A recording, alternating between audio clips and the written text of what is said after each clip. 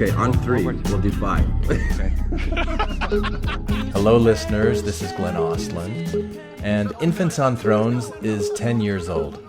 Now, some of you have been on this ride with me the entire time, and many of you haven't. Regardless, I always appreciate hearing from listeners who have changed over the years, as I've changed and this podcast has changed. We're all always growing from one thing into something else. And it's been an incredible ride that's still going, of course, but I want to commemorate this 10-year birthday of Infants on Thrones by revisiting some of my favorite infant episodes from the past. And I'll tell you what all of this podcasting has done for me personally. It's made me very interested in mental, emotional, and yes, even spiritual health. This is why I'm in the process of becoming a licensed therapist. It's why I've been working as a life coach for the past few years. And it's why I keep making episodes for this podcast, to rewire my own brain, to reshape my own confirmation biases, so that I can truly look for the good, so that I can truly put down the weapons that I use against myself, and so that I can intentionally focus on putting more peace, understanding, acceptance, joy, and playfulness into this world as much as I can.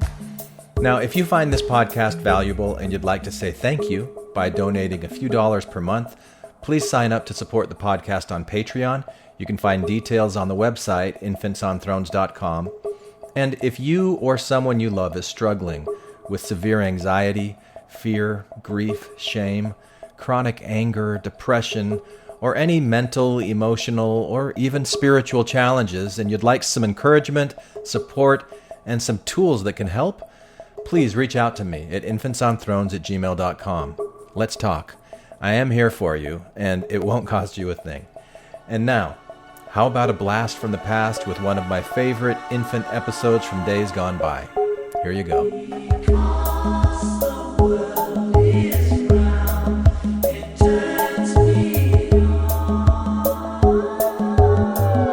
This is Infants on Thrones. Baby steps. You want someone to preach to? The philosophies of men. I like magical toys. You want religion, do you? Mingled with humor. I don't believe in them. There will be many willing to preach to you the philosophies of men mingled with humor. We are evolving. Baby steps. You can buy anything in this world of money.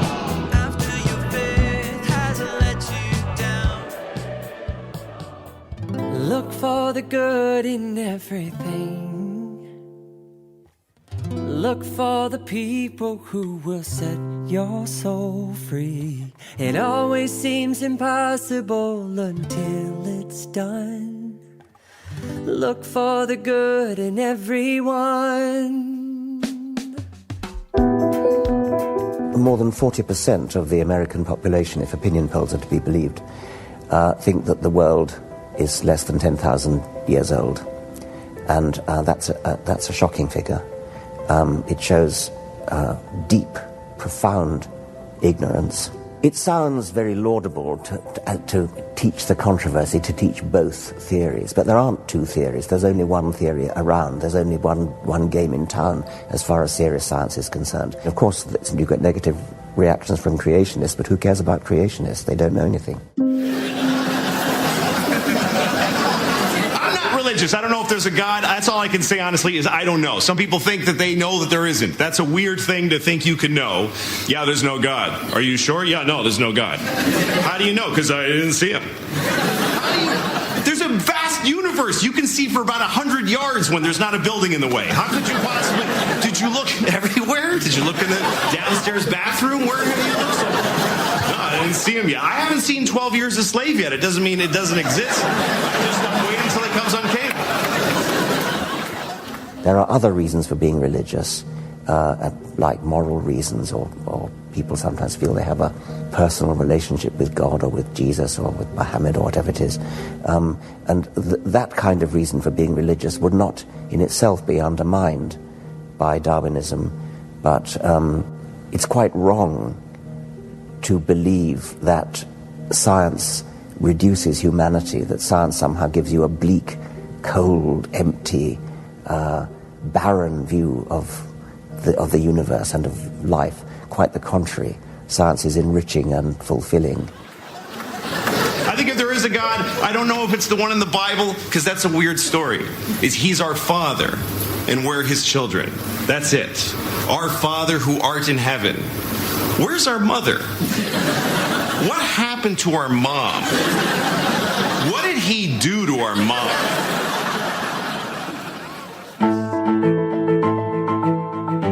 What's going to happen when I die? If I met God in the unlikely event after I died, I think the first thing I'd say is, well, which one are you? Are you Zeus? Are you Thor? Are you Baal? Are you Mithras? Are you Yahweh? Which God are you?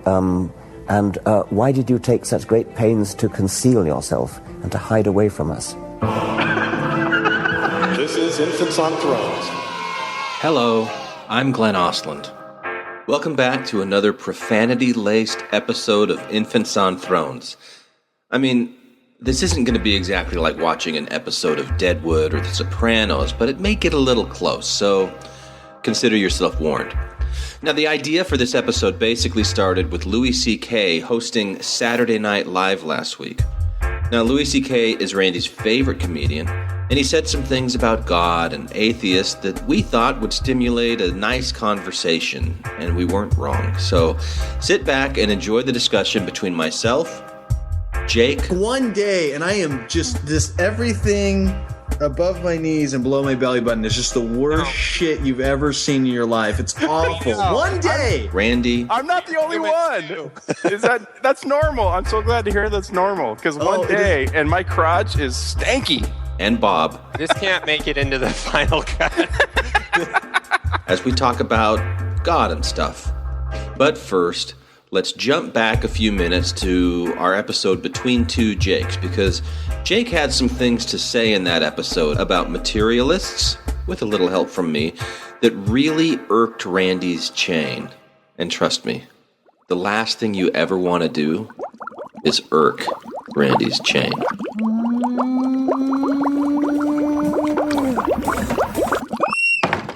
I would say my hunch is with materialism, but I'm kind of a hopeful for dualism because the thought of non-existence is terrifying. Why? Because it is terrifying. That's all I know is existence. And I like existing. It's fun.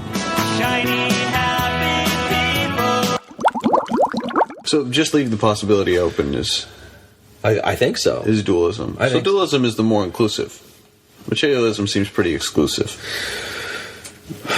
You gotta interpret it this way, or you're not a materialist.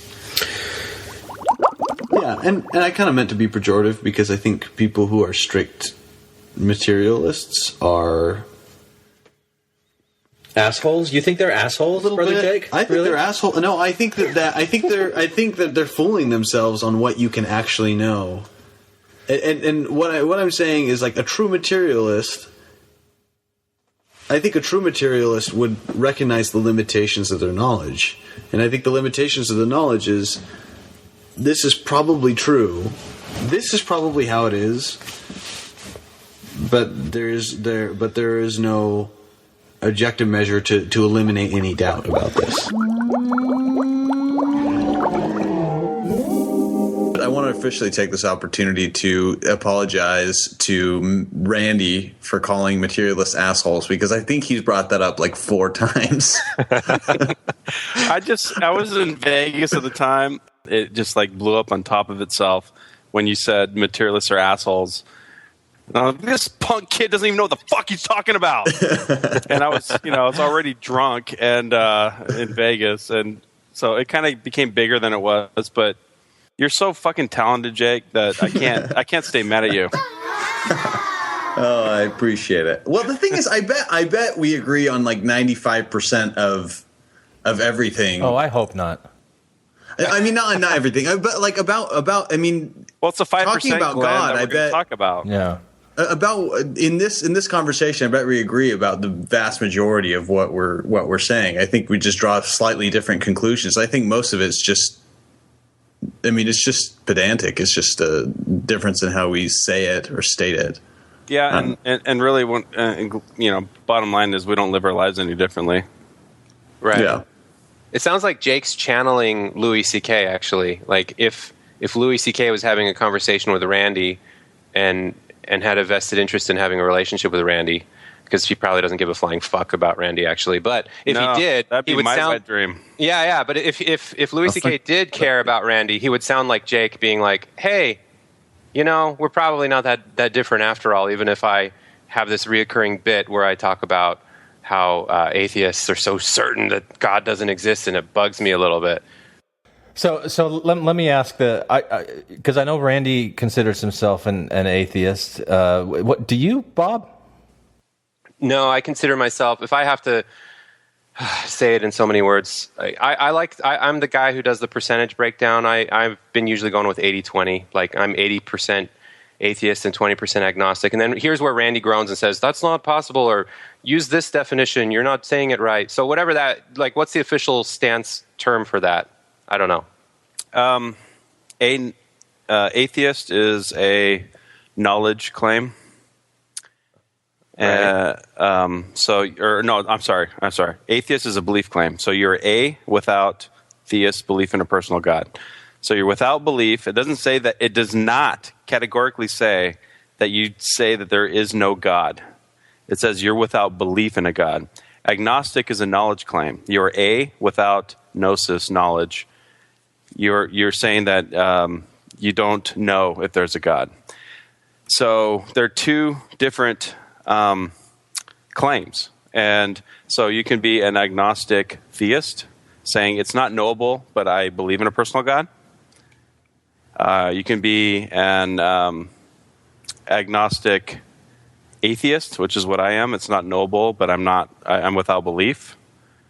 And then my older brother says, "I'm an atheist." It's not knowable, that's what but I'm I know talking it. about. Right. Well, but you could like, if my brother could be on here, he would parse it out and he would just intellectually beat the shit out of everybody. Sure. Let's establish a common baseline and system of measurement, and let's go to Dawkins' formulation on this. Because the 1 to 7. Yeah. So this is what did he call it? It was his scale of agnosticism, something like that. That's in the God Delusion. You wrote a whole blog post about it. Yeah, so I thought you did your research. Yeah. It was a while ago. So one is a strong theist. And that's 100% probability of a God. So in the words of Carl Jung, I do not believe, I know. Number 2 is de facto theist. Very high probability, but short of 100%. I don't know for certain, but I strongly believe in God and live my life on the assumption that he is there. Number 3 is leaning towards theism, higher than 50%, but not very high. And this is where I think like Bob's 80-20 stuff comes in. So I think I know where Bob's going to fall on this. So leaning towards theism, higher than 50%. I'm very uncertain, but I'm inclined to believe in God. Then 4 is completely impartial. This is the guy that's lukewarm, sits on the fence. He gets spat out. God's existence and non-existence are exactly equiprobable. Number 5, leaning towards atheism, lower than 50%, but not very low. I do not know whether God exists, but I'm inclined to be skeptical. Number 6 is a de facto atheist, very low probability, but short of 0. I don't know for certain, but I think God is very improbable, and I live my life on the assumption that he's not there. And then number 7 is strong atheist. I know there is no God with the same conviction as Jung knows that there is one. So, like, when I read this, and I read this probably 4 or 5 years ago in The God Delusion, and at first, like, where I wanted to be was like around a 3, like on that. Yeah, there probably is a God. Like, I'm not sure, but I'm going to lean there. But when I read through and I got down to 6, the thing that tripped me up was I live my life on the assumption that he's not there. I'm like, crap, that totally describes me. I'm not doing anything. And really, isn't that all that matters? Yeah, right. So like Dawkins described himself as a 6, and I'm like, holy shit, I'm just like Richard Dawkins here. Yeah, it was kind of a mind-blowing experience for me. And I still fought it, I mean, I thought, but I want to believe, but it wasn't enough to really, I mean, I'm interested in exploring other explanations for God, but I don't know I mean, it doesn't change the way I live my life. Well, I think most people live on the spectrum between 2 and 6. And I think when an atheist is arguing against theism, he's usually arguing of a straw man of a 1. And when a theist is arguing against an atheist, he's arguing against the straw man of a 7. Right. And that's where the rhetoric comes in, and that's where Louis C.K. comes in right here. Yeah. And he's doing it for laughs, and he's trying to appeal to a large audience, and I give him a pass on this. What does that mean? A pass? Yeah. What is that? What are you talking about? Giving him a pass? What if you didn't give him a pass? What would you be doing? Exactly. I would be outraged. Oh. So you are a 7. A man is outraged in Kansas City. You wouldn't like me when I'm angry. Man. We don't need a straw man because we have Randy, right? Because who in their right mind it would be really? outraged. No, I'm just saying.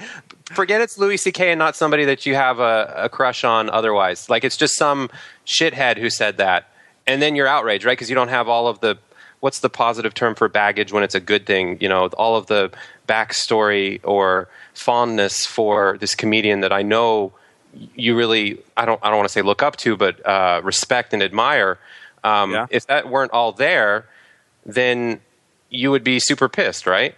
Well, if all I have is a statement, that's all I have to go on. But with Louis C.K., I have this whole body of work to go on, and then take it in context. And I think that's unfortunate with online interactions. Is when we confront someone, all we have is what they're saying. If we don't know anything about them, and I think that's why we treat our family different if they say things than if somebody posted on our infantsonthrones.com.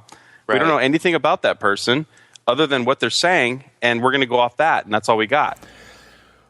Well, that raises a different dimension of question for me, but like when you say that you'd be outraged by it, right? Because for me, I'd just be like, I don't care. Like it doesn't really impact me one way or the other. He can say what he wants. Yeah, me too. And if it's funny, and he's supposed to be funny, and it's funny, then that's just as much a reason to give it a quote unquote pass. And that's all part of it. Okay. And I kind of feel that way about some of the comments that we get on our website too. But I've noticed, Randy, you'll go off, so you will get outraged. So I'm like wondering, what's that? I've been outraged once, once, and that was in defending your honor. By the way, oh, it seriously was. Yeah. The guy called your editing. What do you call it? Absolutely ridiculous. Oh, he was the one we kind of played with on one of the episodes. Yeah, I remember that. Yeah. We weren't funny. When somebody attacks me, I will take it less personally than when someone attacks a friend of mine. So then when Louis C.K., and again we're saying it's just some anonymous comedian that's making this statement against atheists, you would be outraged because of your friends, like the community of atheists, as being besmirched? No, I would just say that I don't think I'd be outraged. I think outrage is a little strong, but I would say that is a straw man. He used a straw man. And I would have gone after it as a straw man. Yeah. But if somebody presented as funny as he did, I would have been I would have applauded the humor. Yeah. But if they were strident and creating the same straw man, it's a totally different context. So if we're looking at the scale of 1 to 7, I'm a 6. Randy, I think you're a 6. Where are you, Bob? I think you're a 6. I'm probably a 6. I want to just to be different, be like, I'm between 5. I'm like 5.5. Yeah, you don't parse it out. I know. On the Bob movie rating scale. Yeah, they already gave you a 7-point rating scale. You don't have to cut it in tiny pieces. I just don't want to be put in a box with Randy and Glenn because it's just then I'm not original. There you go. What about you, Jake? Probably 6. Oh, okay. We're all in this together. We're all in this together. Is that recent? Do we need to go and get more 4s? We need to go and get more 3s. Oh, great. Matt would probably say, "Oh, I'm 6.5." Yeah, he's been 6 for a while. So what? Is it recent for you, Jake, to be 6, or have you been this way for a while? No, it's been this way for a while. I'd say for at least the past year, I've been at the point where I think it's. I find it incredibly unlikely, some probability that's incredibly small, but greater than 0 that God exists. But there's nothing that I've seen that would necessitate some God-like figure. So, and I think the key point is it doesn't change the way I live my life. So I think that's really where the rubber meets the road. Is It doesn't matter for me in any sort of substantive, practical way. And I wish that element was present in each one of these 7. Like how would you scale that on a 7-point scale the way that it impacts your life? Because it's really only present in number 6 and number 2. That I live my life on the assumption that he is there, but 3, 4, 5. It doesn't. The way they live their life isn't even addressed. So, Jay, can we just get this out of the way? Yeah. Because we've had this feud for a while, right? Mostly on my side. So, why? What? Can you explain why you said? Because your initial reaction when Glenn defined materialists, you said, "I think they're assholes." Can you elaborate on that further, please? Well, yeah, I think so. I guess on one hand, I think it's what I was trying to get at was I think it's kind of presumptuous to say that to take just such it seemed like a narrow view to just say anything I can see or measure scientifically or quantify is the measurement of everything that there is. And I think that I was kind of maybe attacking a straw man. I'm sure I was attacking like the 7s on the scale, and attacking kind of a straw man of that. So could you explain your definition of materialism? Because I think part of the fact that you took it personally was, the fact that you took it personally. The word asshole is why I took it personally. No. The reason you took it personally is because I said materialist, and you associated that with yourself, right? I could have said, yeah, I'm definitely a materialist and a naturalist. Yeah, right. So could you explain that definition for you in your life? Well, how you see it and how you view it. I think the most pertinent area of scientific research in this area is the argument between what is the mind? Is the mind the material brain, or is there something metaphysical outside of the material brain? And I think that, I don't think that, but the consensus of neurologists and all the research, every single discovery has shown that the mind is the material brain. And so I don't think there's a ghost in the machine.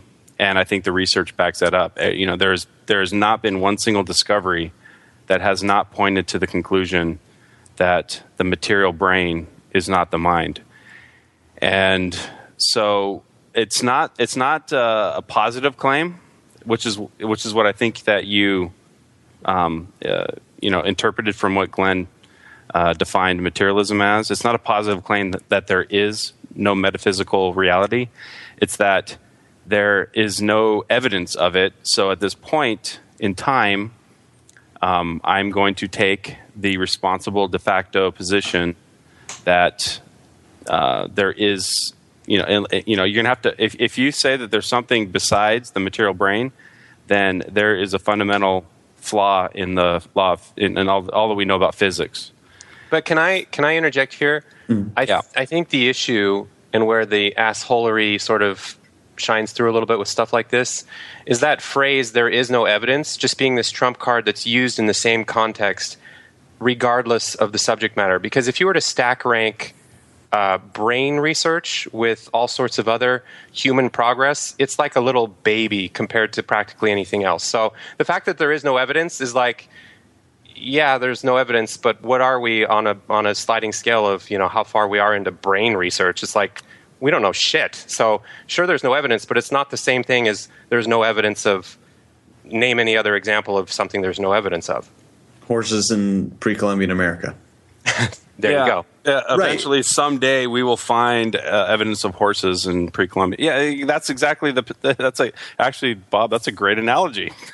So I guess you're arguing for the apologists? No, I'm just saying. I'm just saying that there's nothing out there. Psi research, which is the the research into paranormal activity, has been around for over 100 years, and they have found nothing above noise.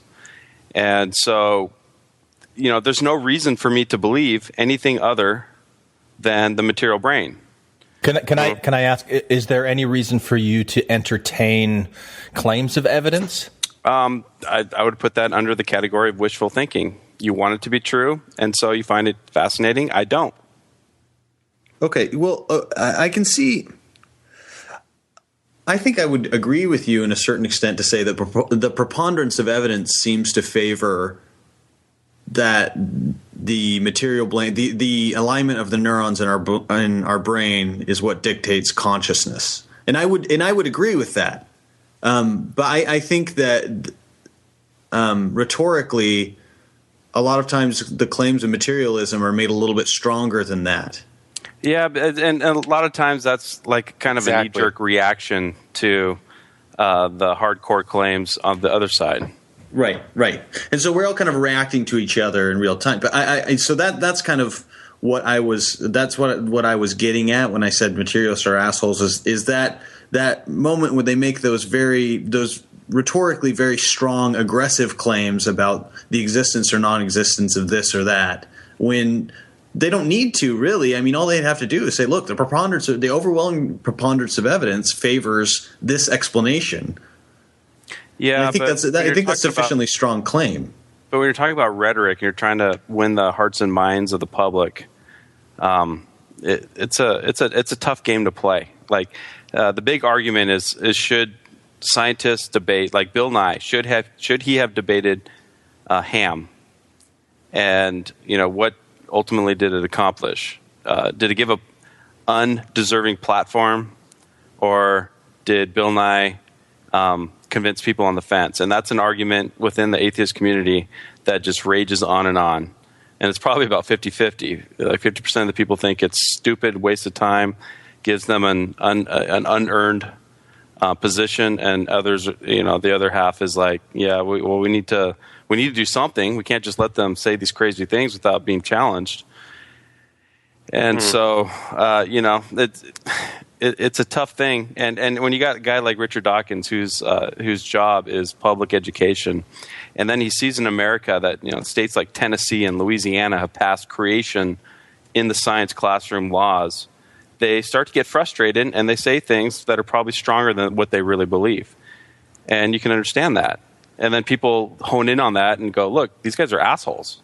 Yeah, but okay, but with Bill Nye and the Ken Ham debate, there was a really pivotal moment, I think, when Bill Nye asked Ken Ham, is there anything that would change your mind? And he said, no, it's the Word of God. Nothing would change my mind. Mr. Ham, a new question. This is a simple question, I suppose, but one that actually is fairly profound for all of us in our lives. What, if anything, would ever change your mind?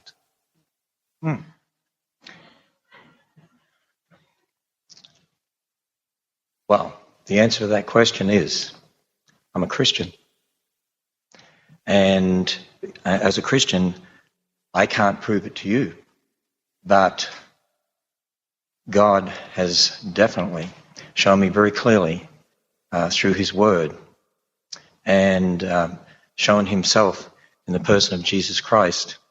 The Bible is the Word of God. I admit that that's where I start from. I can challenge people that you can go and test that. You can make predictions based on that. You can check the prophecies in the Bible. You can check the statements in Genesis. You can check that. And I did a little bit of that tonight. And I can't ultimately prove that to you. All I can do is to say to someone, look, if the Bible really is what it claims to be, if it really is the Word of God and that's what it claims, then check it out. And the Bible says if you come to God believing that He is, He'll reveal Himself to you. And you will know. As Christians, we can say we know. And so as far as the Word of God is concerned, no one's ever going to convince me that the Word of God is not true. But I do want to make a distinction here, and for Bill's sake, we build models based upon the Bible, and those models are always subject to change. The fact of Noah's flood is not subject to change. The model of how the flood occurred is subject to change because we observe in the current world, and we're able to come up with maybe different ways this could have happened or that could have happened, and that's part of that scientific discovery. That's part of what it's all about. So the bottom line is that as a Christian, I have a foundation. But as a Christian, I would ask Bill the question: what would change your mind? I mean, you said even if you came to faith, you'd never give up believing in billions of years. I think I quoted you correctly. You said something like that recently. So that'd be also my question to Bill. Time, Mr. Nye. We would just need one piece of evidence. We would need the fossil that swam from one layer to another. We would need evidence that the universe is not expanding. We would need evidence that the stars appear to be far away, but they're not. We would need evidence that rock layers can somehow form in just 4,000 years instead of the extraordinary amount. We would need evidence that somehow you can reset atomic clocks and keep neutrons from becoming protons. You bring on any of those things, and you would change me immediately. The question I have for you, though, fundamentally, and for everybody watching, Mr. Ham, what can you prove? What you have done tonight is spent all the time coming up with explanations about the past. What can you really predict? What can you really prove in a conventional scientific or in a conventional I have an idea that makes a prediction and it comes out the way I see it? You show me any evidence on this empirical scale, and I will immediately change my position. But they can't, and I think that's a pivotal differentiation to make. Hey, Jacob. What? Were you there? You weren't there. Were you there? Oh, it's come to this. Can I make another analogy? What are we talking about? I guess you didn't watch the debate. He said that like over and over and over. Observational science versus historical science.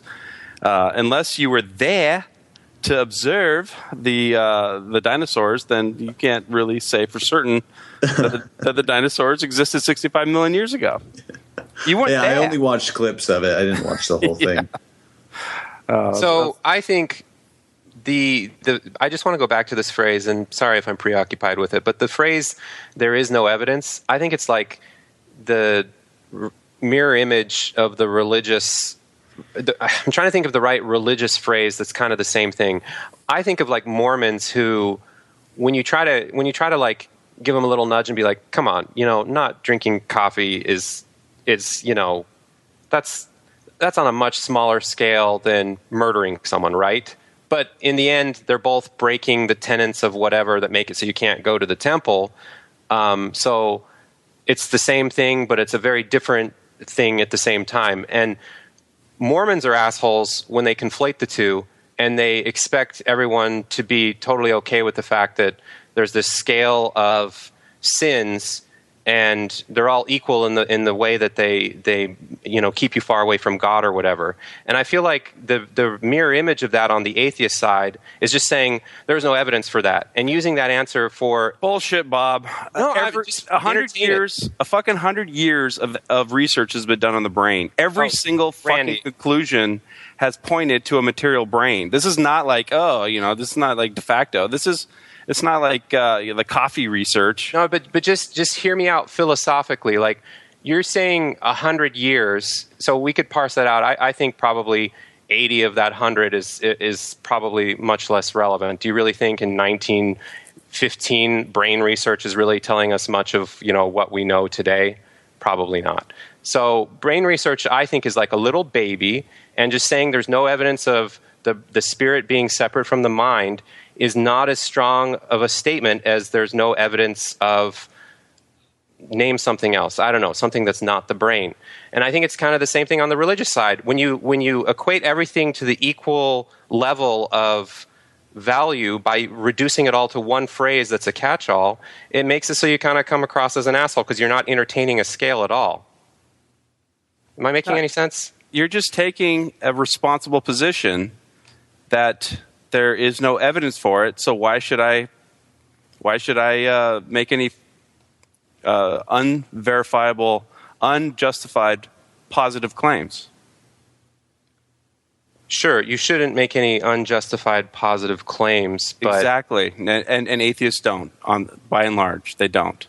But they shouldn't try to convert people to that stance for that particular aspect of their approach as strongly as other things that are just like baby steps of science. Like maybe fight for evolution a little more strongly than fighting for materialism, as an example, because evolution is something where you have evidence, where there's absolutely. I totally agree with you there. But the thing that atheists are mostly dealing with is there, like what going back to Louis C.K., he's saying, how could you possibly say there is no God? Have you been throughout the whole universe? And so you often hear the phrase, you can't prove a negative. Well, that's actually not true. It depends on the scope of your claim. If I say there is no Coke, or there is no Coke no Diet Coke in my fridge, I can absolutely prove that negative by opening the fridge and looking inside. But if the scope is the entirety of the universe, then no, you can't prove that there is no God hiding somewhere, 100 billion light years away. So no atheists are making that claim. But I think what most atheists are dealing with is what's the predominant thing in their culture. And in the United States, what's the predominant thing? Jesus Christ is God. Mm-hmm. And so we can actually... I was going to say cheeseburgers. Yeah. Jesus Christ is God, and he's a capitalist, right? Mm-hmm. But the more specific you get with your claims about God, the more falsifiable it is. I know with 100% certainty that the Mormon God Elohim does not exist. Can I say with 100% certainty that there is no God in the universe? No. And I don't even pretend to make that claim. So the more specific people get with their claims, the more falsifiable it is. And that's really where the rubber meets the road in this instance, is dealing with what matters in your culture and how specific the claims are to the God in your culture. And I think that's what atheists are mostly fighting against, not against some unfalsifiable deistic God out there that's energy that we all can tap into. Yeah, I had that experience when I was reading through Section 132, and I've been going through this long, slow boil of faith crisis for a long time. But I guess I was so separated and distant from it that it didn't really mean much to me anyway. But I started reading through 132 and thinking, does this really sound like the voice of God coming through to me? So like to your statement, Randy, that that Mormon God Elohim isn't really out there, like, and having a very specific claim. Like for me, focusing on Section 132, like in that moment, I was absolutely certain this is not coming from a God, or I guess my level of certainty was, this is no God that I'm familiar with, or that I would worship, or that I would revere, or anything like that. So this is a God, or a caricature of a God, that I can throw out and reject. So absolutely. Well, I think that there's some. I don't know exactly how this all fits in, and maybe we can hash this out. But I think that there's some interaction between how falsifiable we think a claim is, or the scope of a claim, and the potential impact that claim would have on your life. Like, I feel like being able to falsify, or the idea that there were no horses in pre-Columbian America, falsifying that claim has a much different connotation and a much different weight than falsifying the claim that we have some sort of consciousness that's beyond the alignment of the neurons in our brain. And I think that we should take that into account in some way. I don't know exactly how, but right, because this whole materialist versus dualist, to me, it's taking a stance on either side. It's a powerful statement to say I'm a materialist, because it precludes it's like the buck stops here. There's nothing more. I can't entertain the other side. It's taking a stance. It's not taking a non-stance. It's not I don't know. It's an I know the other direction, which is stronger than saying I don't know, right? It's making a big stance. No, not at all. Unlike Glenn, I would love to live forever. I would, if I lost that One True Casserole podcast, they glossed over the death of that poor guy's daughter. I mean, she had a headache one day and was dead the next. and I almost lost my son to a drowning accident. He was 2. That would have been so almost insurmountable for me to overcome. And I would love, if my son had drowned, I would be so comforted by the idea that his essence or whatever lived on forever.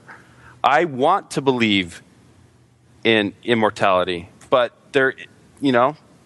show me some evidence that there is. Okay, but I can't show you evidence, but that doesn't mean you know. But then it's just wishful thinking. It's just wishful thinking at that point. No, but when you say wishful thinking, you are implying that it's not true. When you say wishful thinking, there's definitely a connotation that it's not true, but you hope that it is. I'm not saying I know it's not true. I'm just saying I don't think that it is true. It's not probable that it's true, but I would love for it to be true. And I would love for someone to come up with some evidence of the material brain not being the reality of the situation. And what's honestly the evidence that the material brain is only the material brain? Every single research shows that you alter a certain part of the brain, it alters the personality. And so, if there's anything beyond that, people like dualists believe that you could have done otherwise because there's a ghost in the machine. And if they could somehow show, or any kind of psi research that shows like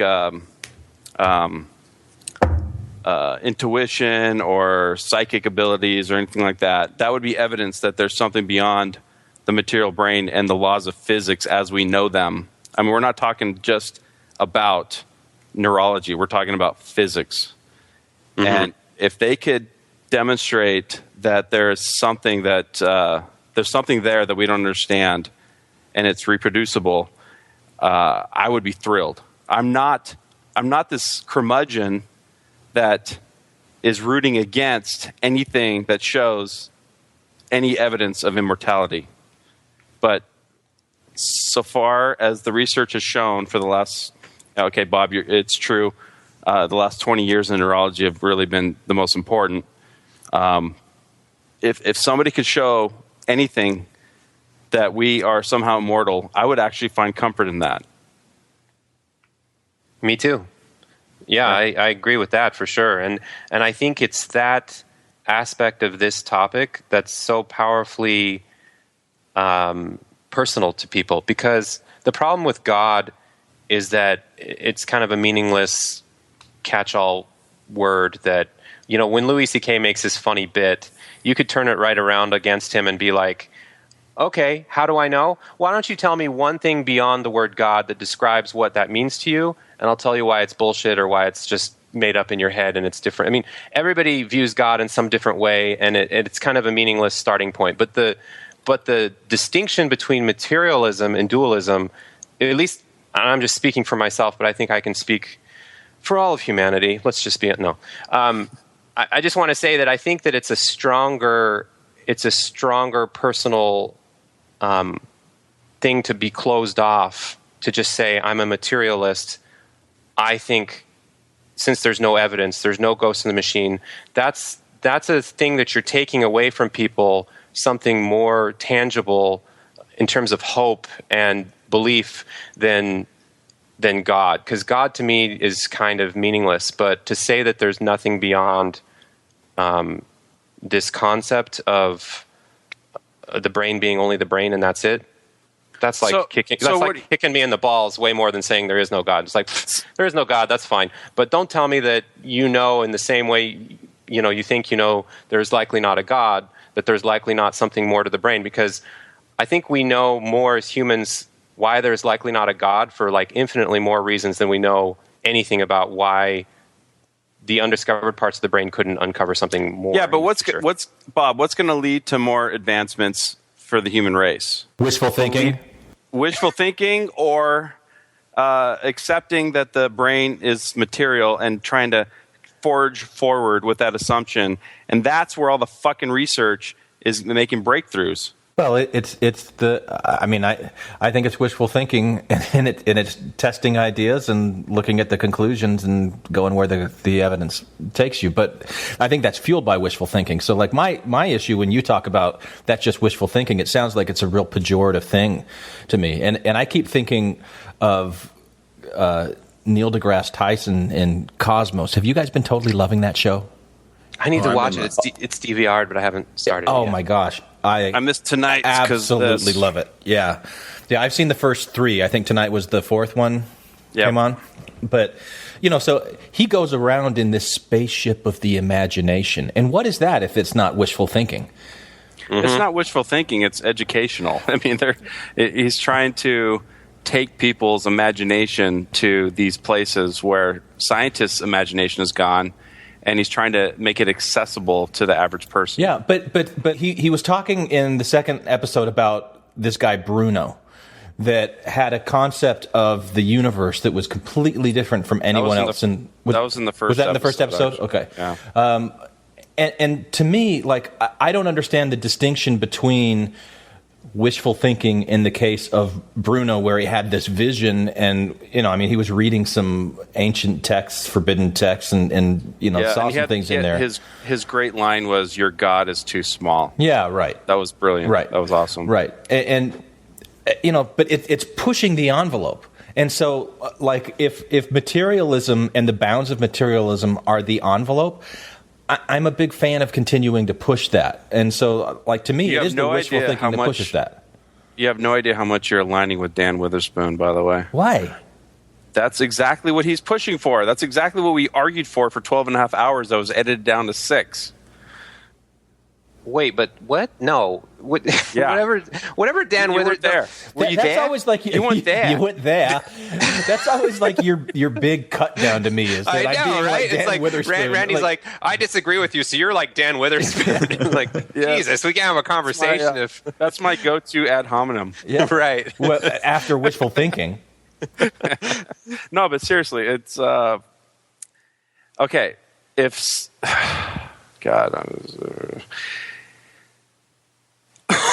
if the evidence was pushing in that direction, scientists would go in that direction.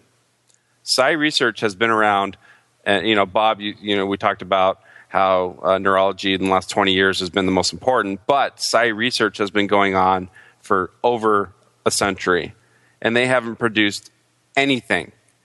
And scientists would get a Nobel Prize if they could find something in the paranormal. But Randy, they're following the evidence, and guess what? The direction that they're going is leading to results. It's leading towards artificial intelligence. It's leading towards people, technology that will allow people without an arm to feel their arm and to use a mechanical arm, to improve their lives. Right. The science will follow where the fruits lie. And right now the fruits lie within the material brain. And they're making amazing progress in this area. Well, okay, so that's where I was kind of going with this idea that the stakes of like the subtext of whatever assertion you're making should determine where's the threshold of being able to prove that negative. Because if there's an outlandish claim that, like, we'll be able to do interstellar space travel or something, pursuing that, the subtext of that is we should pursue that, right? And pursuing that will produce all these positive externalities that can be measured in other pushes forward in space exploration, NASA, that type of thing. But if there's some sort of assertion that says the Book of Mormon is real, therefore you should give 10% of your money to this corporation, then the subtext of that, I mean, that normative implication of that assertion has a much higher cost and doesn't have as much benefits. And so does that make sense? Like, there should be a different threshold based on what the implications of the assertion are. Right. I agree. And so let's apply that spectrum to somebody being a dualist instead of a materialist and still wanting to be a scientist or something. You know, I don't care if you're a dualist scientist. If you do good science, you do good science. I think the biggest thing that people like me are fighting against is dogma, because dogma halts progress, and I think that's really what the fight is about. You know, you can believe whatever the fuck you want to believe, but if it interferes, if your dogmatic belief interferes with the process, then get the fuck out of the game. And that's all that matters. That's all that fucking matters. Yeah, but then I guess just to be careful, because I don't want you to take this the wrong way, but we also don't want to fight dogma with other dogma, right? And I know that you're gonna say that that's mischaracterizing. That's such a Witherspoon comeback. Well, that's exactly what Dan Witherspoon would say. Here's the thing about filling in for Randy. Yeah. Here's the thing about the scientific community is they're all enemies, and that's all good. They all want to disprove each other. Like, nobody's on the same side. They basically have to prove their shit with the data, and nobody loves more. No scientist loves more than to disprove what is a consensus or the preponderance of belief amongst scientists. So the whole competitive nature of science is actually a good thing. You don't have 70 times 2 plus 12 plus 3 all on the same page with an agenda. So, Randy, help me understand, or help me remember. Sorry. Help me remember, because a couple of years ago, we were lucky enough to sit down and have lunch with Sam Harris. And you follow Sam Harris, read his stuff much more than I do. But I found it a fascinating conversation, especially when he talked about his experience, going to Asia, meditation, all those kinds of things, where what I remember from him was that he wished that science would explore these issues and take them more seriously than they actually do. Is that a fair characterization? Am I just remembering that the way I want to remember it, or is that his position on things? Well, the way you stated it to me was you said, I think you, Randy, thought you were in a debate, but I don't think Sam Harris did. Well, that was what you guys were talking about, something completely different. That was before we even went down for lunch. What he was talking, or actually, what I called him out on was, why does he have? He was calling out Sam Harris. I was. This is who we're up against here. He has kind of what's the word I'm looking for? Witherspoon-esque. No, he has Danish. Tiny penis. He has a soft spot in his heart, and I couldn't think of a better way to say it. There is a better way to say it, but he has affinity. But affinity was a little too strong. Okay. With a researcher named Sheldrake. Okay. And Sheldrake has done some studies on dog intuition, and that stuff has been analyzed and torn apart and shown that it was nothing above noise. And so I called him out on that, and then he called James Randi, magician, skeptic, right, saying that he was unreasonable and that there was no. So James Randi's the one that has, what is it, the $1 million? The $1 million challenge. If you can demonstrate psychic ability, empirically, any kind of paranormal, any kind, that's divining rods or psychic or anything like that, then he'll give $1 million, and the $1 million is there. It was donated by a billionaire, and it's in a trust fund, and it's there, and nobody's been able to do that. But Sam Harris thinks that there is a stigma in the scientific community of anyone who wants to push the envelope, like you guys are saying. Or that the deck is kind of stacked against anybody who would try, because it's like an unwinnable. Like, how would you demonstrate those things? How would you prove it? Like anything else in fucking science. Jesus fucking Christ, really. Well, I don't know. I think it's not fucking hard. But it is hard. That's what makes it science. Make it reproducible. Oh, great. Well, I think you're underestimating. I think you have this overly utopian view of the scientific academic community that it's just this pure marketplace of ideas, and there's no politics, and there's no suppression of ideas or groupthink. And I just think that's totally unrealistic. It's not. That's a straw man. I don't think that it's utopian. I don't think that there's not politics. I don't think that there's not professors out there that are worried about their tenure and may falsify their evidence. But overall, I think it all shakes out, and it's the best thing that we have, and it's delivered the fucking goods. Uh-huh. Oh, yeah. Has praying delivered the goods? No. This whole process, this messy political process of all this human error and all this agendas and all that stuff. In the end, it all washes out and it produces the goods. Well, it's the convergence idea, right, that you were talking about in the Noah podcast, right? Yeah. Convergence is a really interesting. Actually, I recommend everybody to listen to the Radiolab episode on convergence. It'll blow your mind.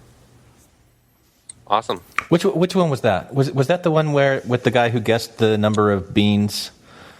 And it was like the average of everybody's guesses. Yeah, that's part of it. Okay. Part of it was E.O. Wilson and the ants, and how you take one single ant, and they are the stupidest thing you could ever imagine. But as a group, yeah. But as a group, they emergence comes out, and they become an organism as a group, and it's amazing what they can do. And the fireflies or something like that all like would fluctuate at the same time. I think that's how it started out. Yeah, that was a great episode. You're right. And that's kind of the leading hypothesis. It's not a theory because it hasn't been proven, and we're just starting to learn about consciousness. But I think that's the leading hypothesis on consciousness is that there's some kind of emergence with all the the firings in the neurons. Mm. So I really like the way you phrased that, Randy, when you said science is the best we've got. I mean, with all of the politics and all of the drama and all of the variants and issues that come out of, humans being humans as they work together or whatever, it's a great system. It's the right approach. I think that's a great way of phrasing it. And it's not like we're putting science up on a pedestal to be kicked around because of course so many. I could give you so many stories. Like there's a guy in Korea that just totally falsified all of his evidence on what's it called? What's the thing that was that George Bush outlawed? Stem cells. Stem cell. Yeah. He completely falsified all of his evidence on stem cell research, and everyone was really excited about the possibilities of stem cell research. And then when it came out that he had completely made all that shit up, it was like there was blood in the water and all the sharks came to attack him. Yeah. It was awesome. Yeah. And now stem cell research hasn't really yielded much over the last 20 years. And so it's a messy system. And, Jake, I do not have a Pollyanna view of science. It's not that way. But what else do we have? No, I agree. I mean, and it has delivered the goods. If you look at, you just look at the quality of life. Think about it. The worst thing that could happen to me, my version of hell is being pushed back in time like 100 years. Like, I would fucking kill myself. That would suck so bad. Can you imagine that? No electricity? No antibiotics? I would kill myself. Like there would no way. Or I'd just become I'd become like that guy in Chicago that killed like 1 million people in this weird death house. Remember that? The Devil in the White City? Devil in the White City. Right. Yeah, anyway, but what I'm saying is science has delivered the goods. Right, all our lives are just incredible because of scientific breakthroughs in the scientific process. That's all Richard Dawkins wants. I mean, he has a lot of rhetoric out there, and people could point to stuff on YouTube, but all he wants is for the scientific process to go forward as best as possible. And if we teach creationism in the classroom as if it's science in America, we are going to stunt our contribution to the forwarding of that endeavor. But you would concede that some science, you kind of the pick your battles argument. Maybe I'm rehashing what I've already said a few times, but some science is stronger and more relevant and more of a thing to hitch your wagon to when trying to bring people to the light, so to speak. In the same way that in religion, there are certain things that are more ridiculous than other things, and we need to parse them out. We can't just treat it all as bullshit equally on the same playing field. Just philosophically, I know religion in general is all bullshit, but it's different types of bullshit, and you start with smaller pieces and move to larger ones. And with science, you can't just treat everything as, there is no evidence of this, and use that for every type of approach when you're trying to show people why it's relevant to them and how they should embrace it, because otherwise you run this risk of taking away from them something that wasn't going to hurt anyone anyway. I'm not looking... Okay, that's the thing. Materialists aren't evangelicals. Like, it's just a personal thing. We're not out there to try to take away other people's beliefs. Okay. I don't know why you think that's the case. Is like because I'm a materialist, I just want to destroy everybody else's belief? No. But if their beliefs start to impede on public policy, fuck yeah, I'll fight against that shit. Does that make sense? Yeah. Jake, you were going to say something. I can't. Jake, you take it. It's just a personal. It's a personal opinion. We're not evangelicals. We're not sending 60,000 missionaries out to preach materialism. It's a personal philosophical position. Well, I think Bob was kind of getting at. Well, what I got from what Bob was saying was when you say there is no evidence and kind of lean on that excuse over and over, and not excuse.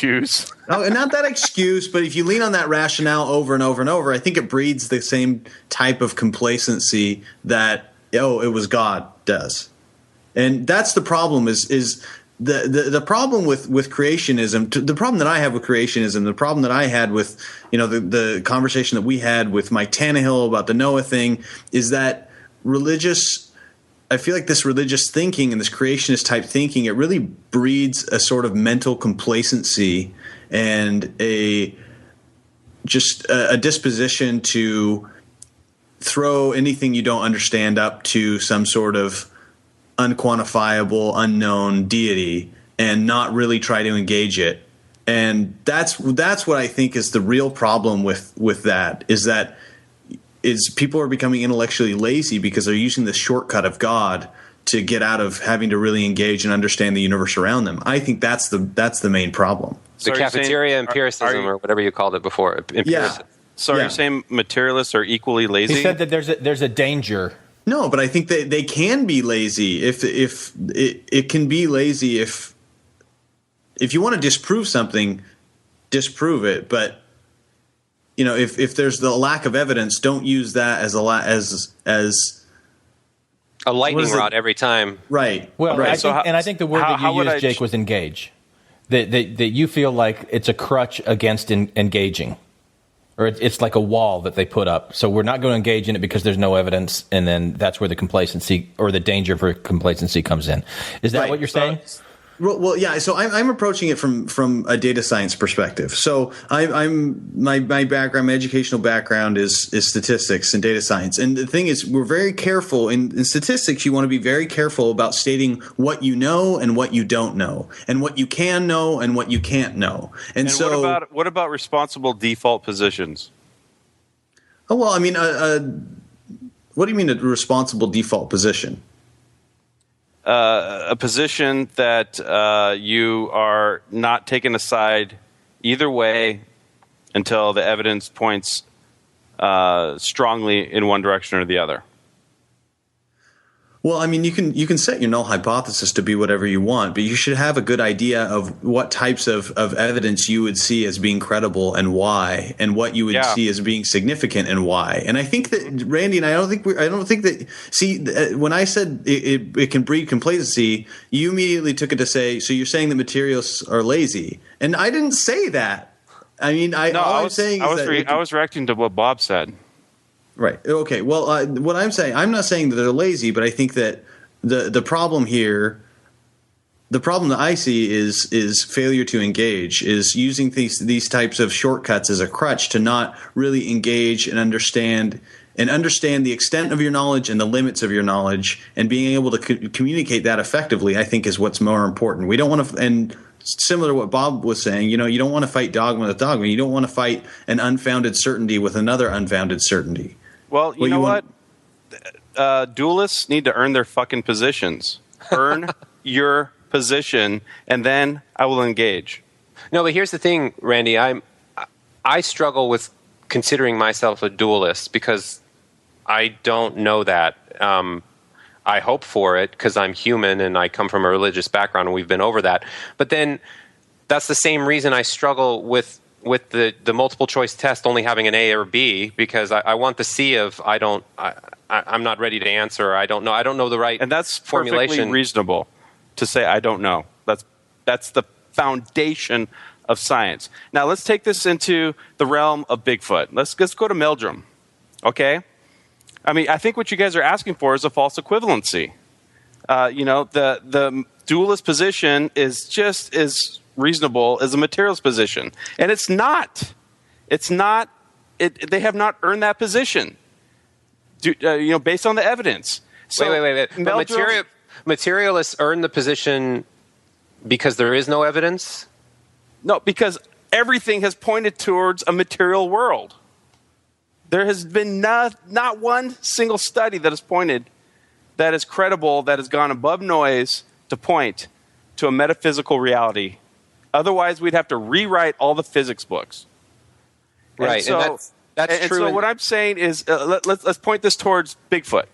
Okay, I really should give equal footing to that Bigfoot exists to that he does not exist. No, the evidence or the plausibility has not earned that fucking position. Earn your position, and I'm not going to just give you, because I'm a nice guy, a false equivalency. No, that's fair. I think the difference, though, is that whereas Bigfoot is something very specific that a small number of people subscribe to, and it's in this tiny little sphere of conspiracy theorists or whatever, materialism versus dualism, I think the distinction is it hasn't earned its position in the aggregate scientific method sort of way, but it absolutely has earned its position already, overwhelmingly so, on a personal level, which I know you can throw out as irrelevant because we're having a scientific-based discussion or whatever, but that's the issue, is that most of the dualist people or believers, so to speak, don't have science to back them up, but they don't want their dualism approach to be in the same.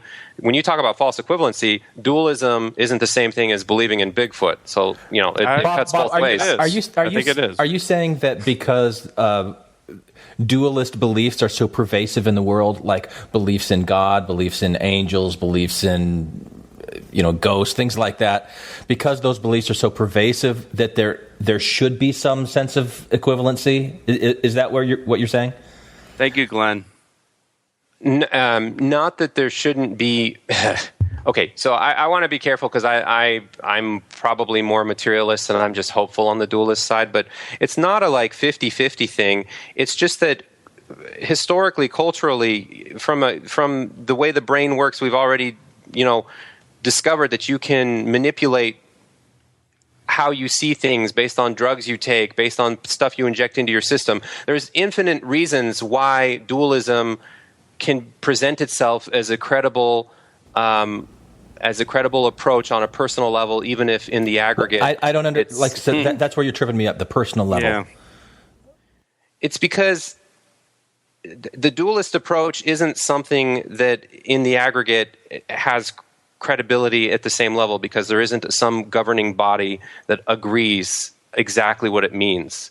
But because that doesn't exist doesn't mean that everybody doesn't have their own version of what dualism is to them. And there's a lot. So like a near-death experience that somebody has would be an example of a personal a personal experience or a personal belief that can't be reproduced or proved scientifically.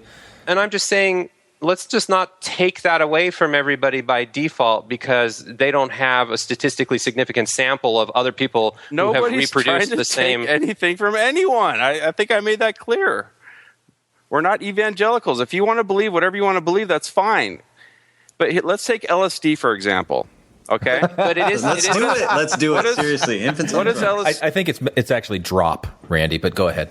But before you go, acid when I was in high school. But you did take it away, Randy, because before you say nobody's trying to take anything away, by characterizing dualism in general as the same thing as having an equivalency with Bigfoot, that is taking it away from people, because that is throwing it out as if it's like everything is Krista the psychic. So please don't talk to me about any belief beyond materialism because it's fucking retarded to me. That's the way it sounds when you make it. When you like hone it all in on one sample that's utterly ridiculous, then you are taking it away from everybody at the same time. So you took Krista seriously? No, absolutely not. Okay, well, there we go. But that doesn't mean that I'm going to make a blanket statement for everybody who is a dualist based on Krista's ridiculous approach to it. Yeah, well, I listened to Krista, and then I came to a conclusion. Me too. But I came to a conclusion. I came to a conclusion about her. I came to a conclusion about Bigfoot, but I don't use these as examples to make the dualism approach to dismiss others. Yes, exactly, and that's where that's where I feel like we should be careful how we approach it, because we don't want to take it away like that. Okay, well, one thing that I noticed that you said, Bob, is you talked about knowing where to pick the battles in terms of pushing back against some sort of dualistic or non-materialistic interpretation of the world. And I'm trying to think of some sort of generalizable set of criteria to decide which battles to pick or not. But I guess I'm having a hard time drawing the line. I mean, why not just take everything away from everybody in terms of these dualistic type ideas? I mean, if someone goes to a psychic and they're happy doing it or whatever, I mean, should we push back on everything? Are there things that we should leave them with? Why not just disavow everybody of the dualistic mindset universally? Well, when people are taking advantage of other people and making a lot of money, that's where the skeptic community steps in and tries to stop these parasites. Yeah. Totally with you. And this is where I think Glenn asked me a question that I didn't answer very well, which is, what does it mean to be on the personal level? This is where institutionalizing dualism, that is a false equivalency. We should not allow that in the same way as institutionalizing, for lack of a better way of framing it, the other side, materialism, because institutionalizing materialism isn't harmful by default, but institutionalizing dualism can get harmful very quickly. But that's not the same thing as saying, therefore, you're an idiot believing in Bigfoot or believing in Krista for whatever. I don't even know what you're believing, but the fact that you claim to be a dualist, I'm gonna make it so that, I don't think Meldrum is an idiot. I think that he has fallen into certain traps. So I don't like you painting me as this curmudgeon that dismisses out of hand everything that comes into my world that has some kind of dualistic. No. I mean, Bigfoot's not even dualistic. I mean, Bigfoot is basically the evidence. I mean, that's the whole reason why I brought up Bigfoot, is we're talking about evidence. And right. I'm not trying to say that anyone who's a dualist is as crazy as someone who believes in Bigfoot or alien abductions with anal probes. I'm just talking about the evidence and where, not giving them a false equivalency. That was the whole point of my of my analogy, not to say that everyone who's a dualist is just as crazy as everyone who believes in Bigfoot. Okay, then we're closer than maybe I made it seem. I think we're all in the same place. It's just how we talk. Yeah, probably. But I want to get my LSD point out. Can I get it out? Go for it. Yeah. Okay.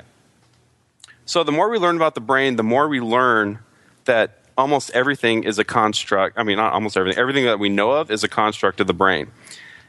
For instance, the fact that I'm laying in my office on my carpet and I see the difference between my leg and jeans and the carpet, that is all a construct of my brain. What does LSD do? It interrupts that part of your brain that tells you where you sit in the universe or where you sit in your environment. And so a very common experience with people who take LSD is they put their hand on the counter and their hand melts into the counter and they can't tell where their hand ends and the counter begins. And so you're saying, you know, all these experiences of these people over the years and the decades and the centuries and the millennia, you know, they all feel like they're, you know, having these dualistic experiences. But, you know, what does LSD teach us? It teaches us that everything is an illusion and a construct of the material brain. And it can be fucked with. And when you fuck with it, it fucks with your very position in the universe. And that's my point on that. Yeah. And so as a result of that, people shouldn't be allowed to start religions based on their LSD experience and institutionalize a way to collect money from others. Absolutely. Of course, that's like horrible as a construct of what being a dualist means, because there is false equivalency on that playing field. But at the same time, I've probably beat it to death, but it's just, you know, there's so many unexplainable things. People interpret it different ways. And the more they don't talk about it, probably the safer they are, to be honest, because most everything... I'm probably more like Randy than, you know, even though I'm theoretically on the other side of this debate or whatever. Because anytime anybody opens their mouth, generally speaking, it sounds kind of like Krista or Bigfoot.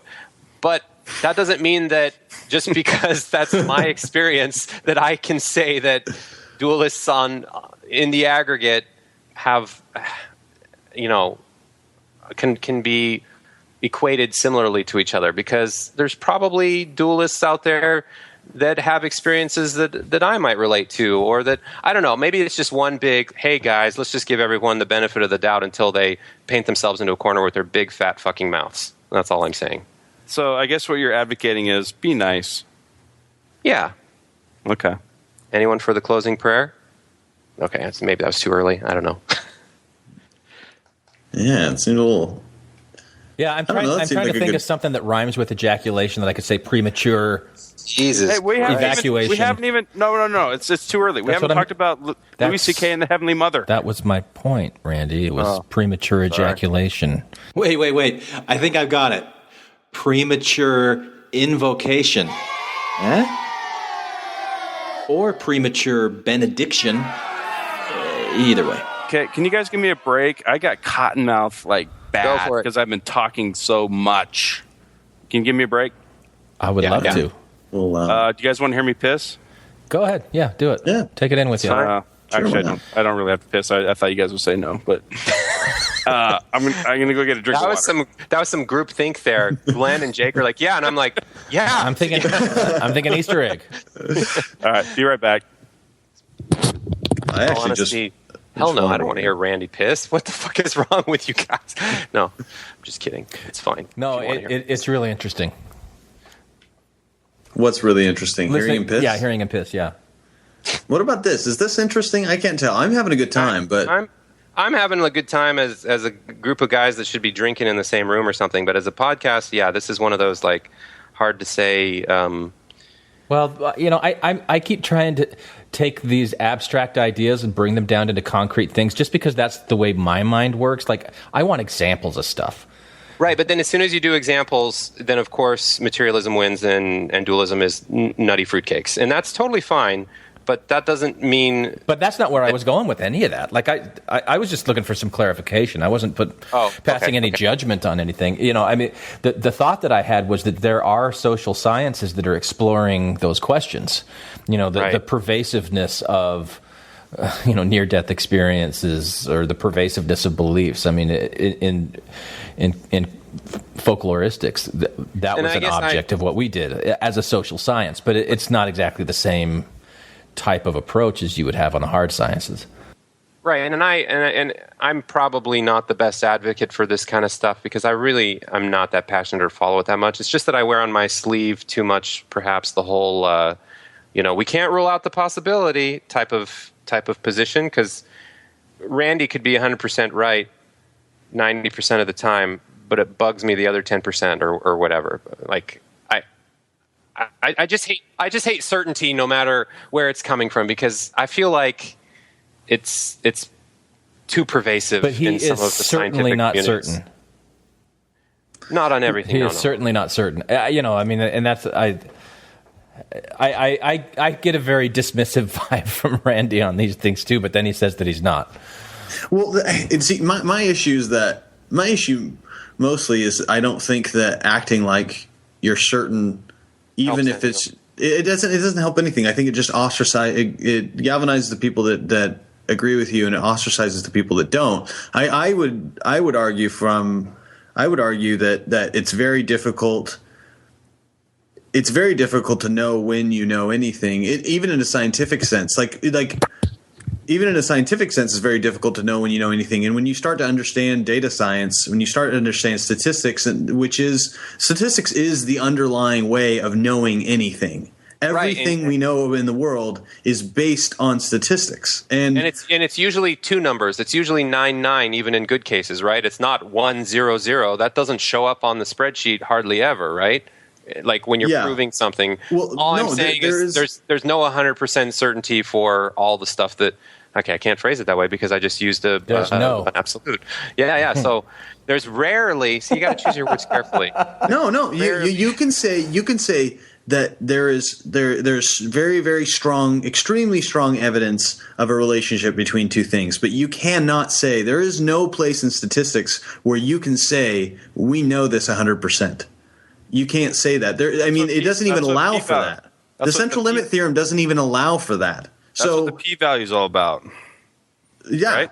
Yeah, exactly. So the central limit theorem, the base of statistics, the basics of statistics don't allow for absolute knowledge. And that's okay, because you don't need an absolute knowledge. You need a functional knowledge. You need enough knowledge to say we can carry forward in this direction and let's see what happens. And that's what science is doing. They're not gathering absolute knowledge. They're gathering functional knowledge, and as it's proving itself, that it rolls forward.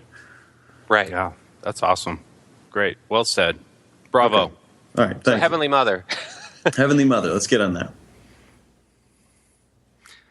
We just talked about Heavenly Mother. Do you guys want to hear a way? Because I'm sure, Jake, you've heard the cliche. There's lies, damned lies, and statistics. Statistics, yes. Yeah. So plaques. You guys have heard of plaques, right?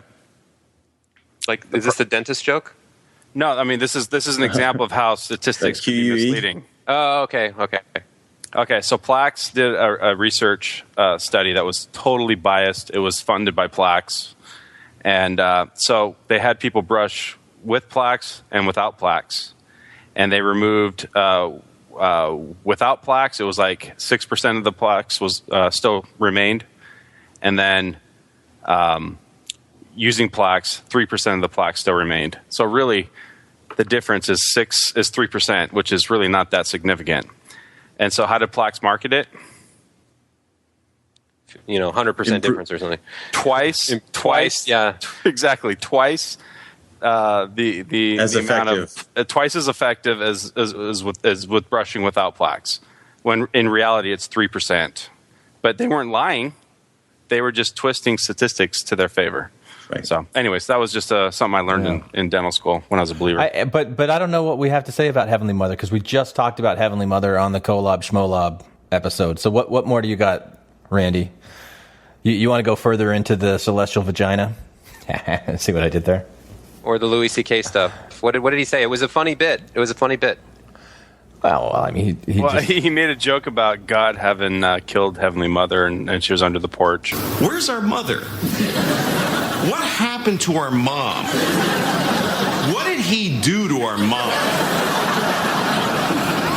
Something happened. Somewhere in heaven there's a porch with a dead lady under it, and I want this.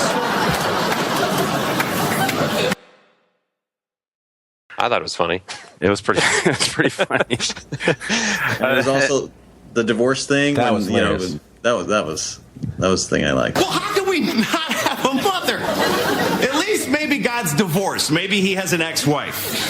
God's a single dad, and he's raising us alone, and we're praying like, and he's like, I'm trying. It's just me up here. Maybe that's what's going on. Maybe your life is your time. This is our weekend with Dad. That's what life is your weekend. And then when you die, you go to Mom's house. Well, we're amazing. We just recapped 2 jokes and said they were funny. Yeah. That's the end of the episode. That's like the Chris Farley. Remember that joke? That was awesome. Well, I want to give Mormonism credit. Okay. They, as far as I know, are the only Christian religion that has a Heavenly Mother and a Heavenly Father. And, doesn't that just make sense? And I think that's what Louis C.K. is tapping into. It's like, why wouldn't God have a mother? Wife. Why wouldn't he? Somebody, I'm posing the question. You mean why wouldn't God have a mother, or you mean why wouldn't God have a wife? Why wouldn't God have a wife? Why wouldn't we have heavenly parents and not just a heavenly father? Exactly. If that's the social community we know here on Earth, why would if the eternal world exists, why would we not have a mother and a father? Yeah, because the Bible doesn't say it. Mm-hmm. The Bible says that God created. I mean, God created Adam by molding him out of clay, and then created Eve by pulling a rib out of his chest. So what do you need a wife for? Dress them? They were naked. Well, Louis C.K. has a conspiracy theory I thought was pretty funny. Let's hear it. Well, that God killed his wife. Somewhere in heaven there's a porch with a dead lady. Gosh, we just did it again. God man, twice in a row. Yeah, I don't know that there's much to say about this. It's so funny. Louis C.K. is awesome, except for when he's not. But we can't add to him, man. We can't add to that guy. But the reason that he went into the mother thing in the first place was because he was talking about his atheism and how he couldn't believe in the God in the Bible because where's the mother? I mean, that was his transition. That was his segue, just for the sake of the bit, But to me, what was interesting, and you raised the possibility for doing this earlier, Randy. I don't remember your exact language, but saying that with science, you would want to be able to, or no, maybe it was you, Jake, that was saying in statistics, you would want to know kind of where you were going, so what you could test and what you would need to test to be able to prove, something like that. Anyway, yeah.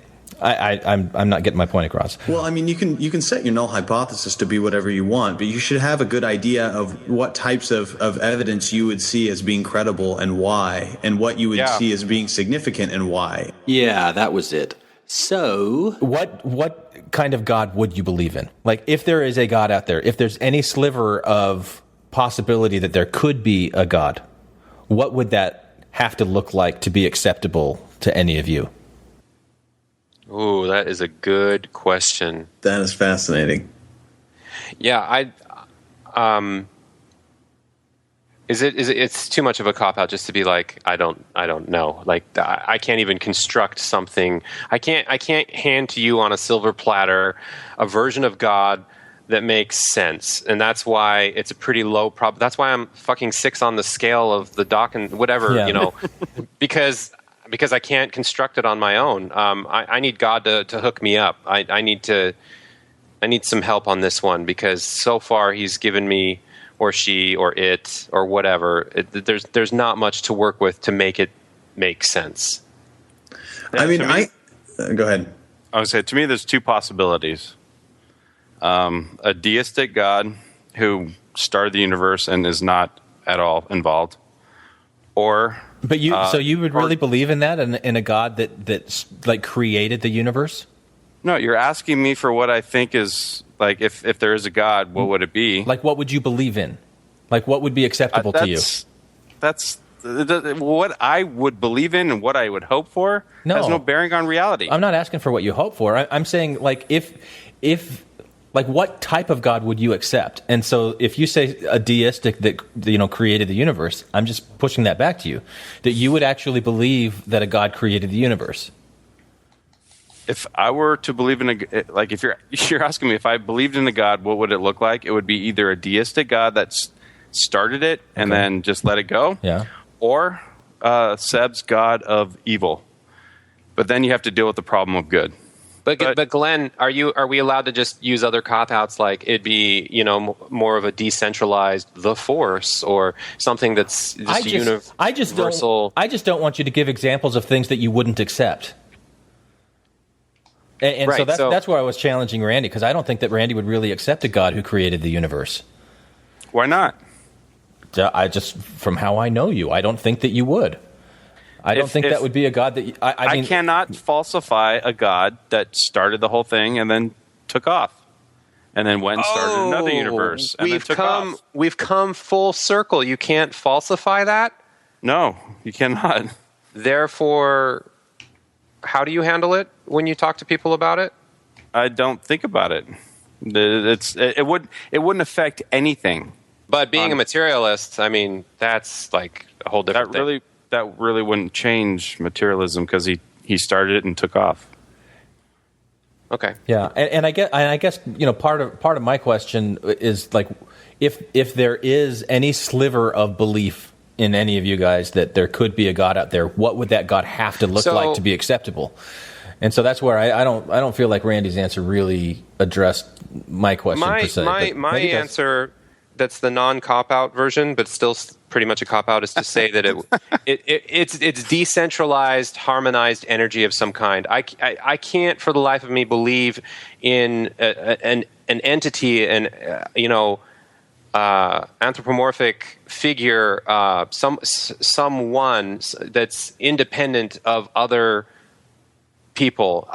The only way God exists for me is as a placeholder term for something that isn't another dude or dudette. It's like centralized energy or decentralized energy. I like the idea of an existence beyond this plane that connects everyone, that there's more, and I know I'm starting to say things and I don't like it, because I like to keep these things to myself, because now you can poke holes in it all. But that's as close as it gets to me in terms of what I want or hope for, more so than the traditional construct that is God, that is an anthropomorphic figure.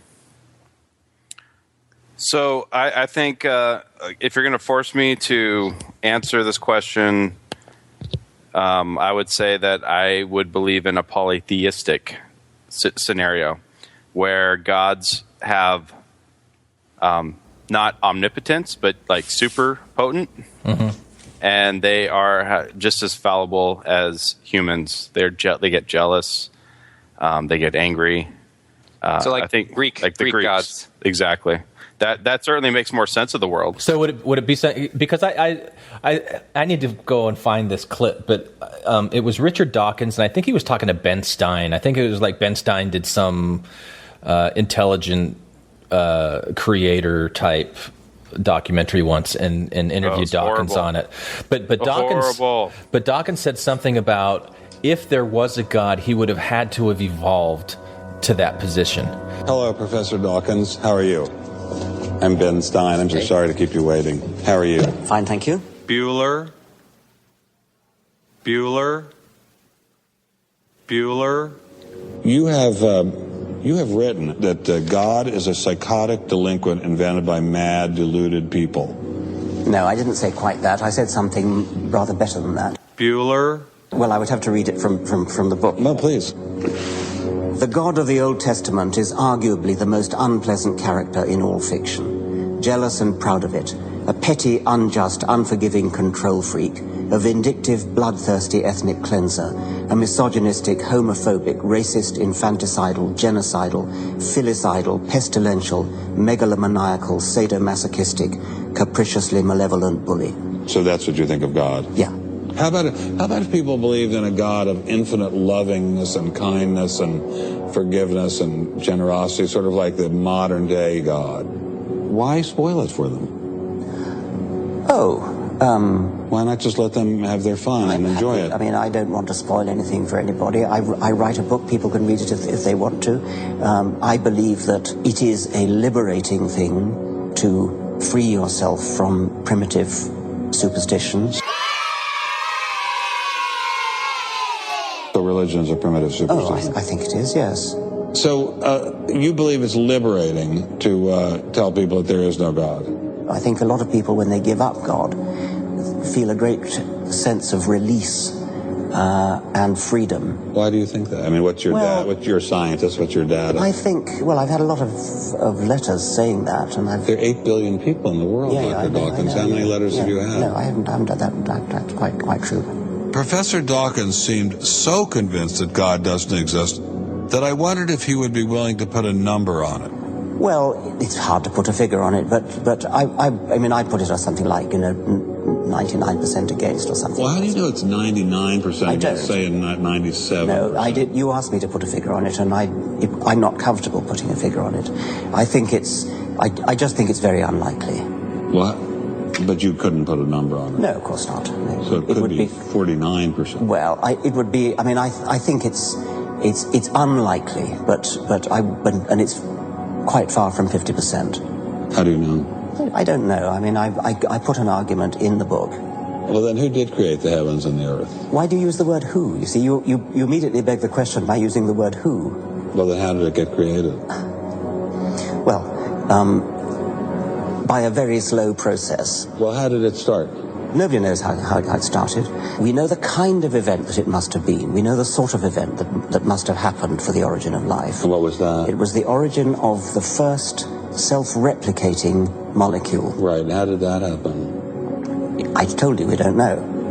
So you have no idea how it started? No, nor has anybody. Nor has anyone else. What do you think is the possibility that intelligent design might turn out to be the answer to some issues in genetics or in evolution?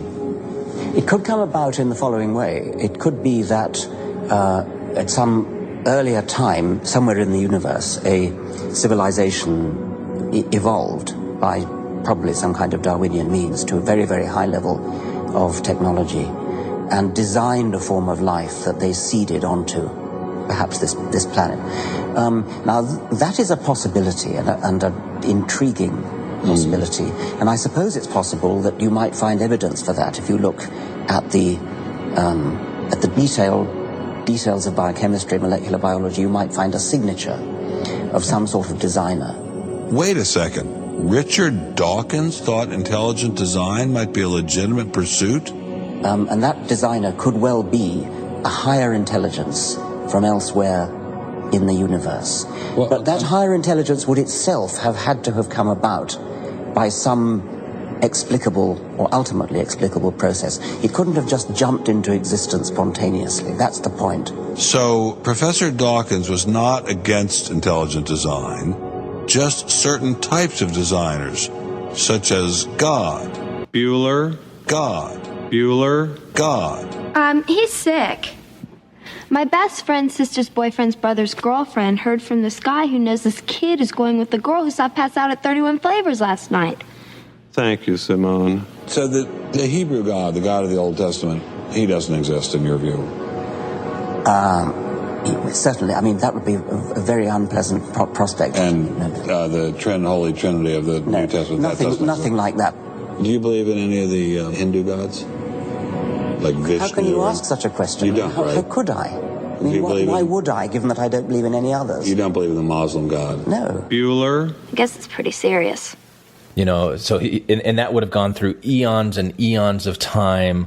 And if that were the case, then he couldn't have been there at the beginning of the universe to create it, because he evolved through time to become what he is now. But I found that response from him so fascinating. You know, and just this exercise of, if there was a God, he would have to look like this, or this kind of thing. And that's the game that we're all kind of playing right now. So Randy, for you, by saying that they're polytheistic, would it have been like that kind of weird alien story where they come to the earth and they plant the seeds of life and then they go off and they're farming other planets in the universe. Whatever it is, like that's why they're God. Let's just say that Randy believes that it's weird, and let's laugh and make fun of it before he says anything. I find it more plausible that we're part of a computer simulation than that Elohim that lives in the Kolob star system is the omnipotent creator of this universe and is involved in the lives of Mormons to every detail. Right. What do you think, Jake? I mean, I feel like I have a fairly low threshold. Like if there was just if there was one single religious tradition that I could find that didn't have some sort of aspect of it that seemed completely arbitrary, that would be something something where I feel like I could connect with God that way. But I feel like every religious tradition just has some aspect of it that seems so arbitrary, so tied to some culturally informed, very specific to their place in time and their place in the world threshold of, you have to be baptized, or you have to do whatever shit you got to do to be part of this religion, or you can't eat fucking pork or something. Just the arbitrary nature of it is something that is that's the part that makes me disassociate myself from belief the most. But I think that's almost correct, if I can be so bold. I think it's more the institutionalized aspect, because the arbitrary aspect of it isn't as problematic. Because let me give you a counterexample. Mm-hmm. I'm pretty sure you can think of somebody in your life you look up to who has a strong belief system in a God that's disassociated with a religious institution. And that person lives a better life for it. And sure, if you got specific, you could figure out why that's crazy. Their specific belief system is crazy. But independent of the institution, the arbitrary nature of it isn't necessarily the problem, because good people believe crazy things all the time, and it helps them be good people. That's happened before. So we can't just say that it's the arbitrary nature of the belief. It's more the institutionalized side of it, right? Yeah, but you're talking about the effects of the belief, and I think what Jake's talking about is the object of the belief itself, that God actually exists, and can you accept that? Right, like the effect of the belief has no bearing on ontology at all whatsoever. Wait, translate that for me? Yeah, I was Okay. Whether or not faith tradition makes you a better person has no bearing on whether or not the God of that faith tradition exists, right? At all. Yeah. But if the faith tradition is sample size of one, then it doesn't feel as problematic or harmful. No, but does it? So? But do you believe that God is there? Would the existence of that God still be acceptable to you? I just thought I heard Jake, give a laundry list of all these reasons from an institutional perspective that God doesn't make sense existing, not necessarily from a, empirical. It's pretty well established in social psychology that just the picture of an eye in a room makes you behave better. Does that make sense? What's the point of that? I mean, why are you saying that? If you believe that a God is watching you, you will behave better. That doesn't mean that eye really exists. Mm-hmm. What I heard, what I thought you were saying, Jake, is that it's the fingerprints of human creation that you were calling like the arbitrary things. Like if you can tell that this is something that has absolutely been constructed by humans, then you're more likely to reject that than something that's not. Yeah, I think that's a fair characterization of it. Yeah. But that would have to be. I mean, that would be in like the universe where God exists. That's like an alternate universe. I wasn't really approaching it in the same way that I think Randy and Bob did, which is how would God have to exist now to explain the universe as it is and me still believe in it? And I think that in that case, I would probably go in a much more deistic, like clockmaker type thing, where the mentality where you put the thing in motion and you let it run its course. See, is that the question? I mean, Glenn, did I misunderstand the question? Because I interpret it just as Jake said, like based on how I see the world today, what God would I need to make fit that world? Or were you asking, in my fantasy, what God would I really be inspired by? No, it was the first one. Okay. The first one, not the second one. Yeah, because it's not like what God would you want or what would you hope for. It's like, what would God have to actually look like? Or what explanation, if you heard it today, would you be able to go, okay, I can get on board with that.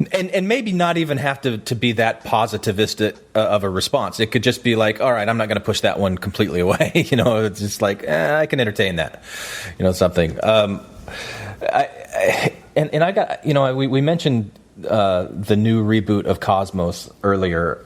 I can't help but when I watch that, like regress back into my believing Mormon mind and go, yeah, this is what I loved about Mormonism, because to me, Mormonism, like Joseph Smith teachings on the cosmos, and we make fun of Kolob, but you look at these images of like, here is the Milky Way galaxy, and here's where our solar system is in this galaxy, and here's this bright, huge center light at the center of the galaxy. And I remember looking at that going, yeah, Joseph Smith was right.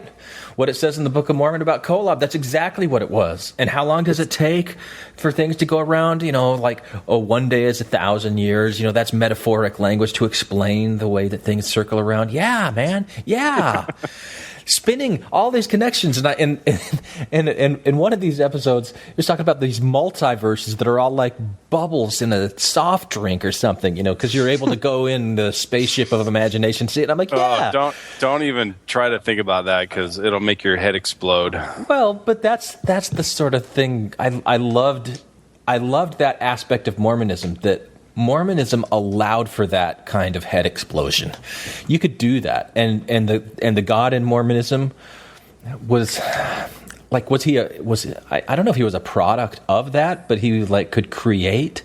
I guess to me it would be like, yeah, if I ever advance to that state of godhood, I'll be able to create those bubbles in the thing, and I'll know what's going on inside of them. And I don't know. If Mormonism in practice would allow you to be that creative and fun, then maybe I would never have left.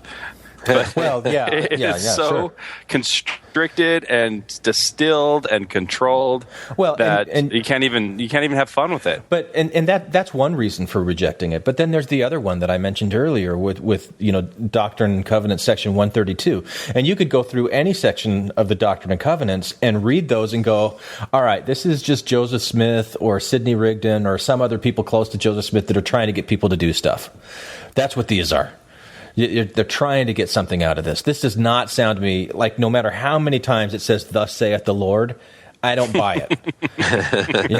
So it's too self-serving. It is so self-serving, And here, I didn't make this point in the Noah thing. I originally did, and then I pulled it out. But I want to make it now, since we're talking about self-serving revelations of Joseph Smith.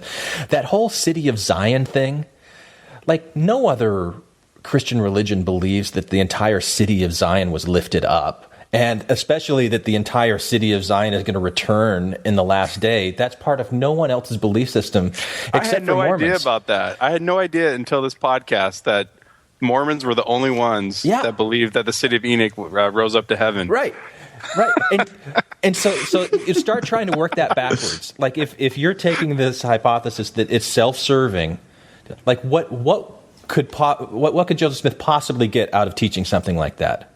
Well, he was trying to get people to buy into the United Order and consecrate all their stuff so that they could be of one heart and one mind, and so they use Zion as a metaphor, and then be like the people of Zion, so that when the city comes back, they'll reunite with us, because it was right here anyway, you guys. I mean, it's just like to me.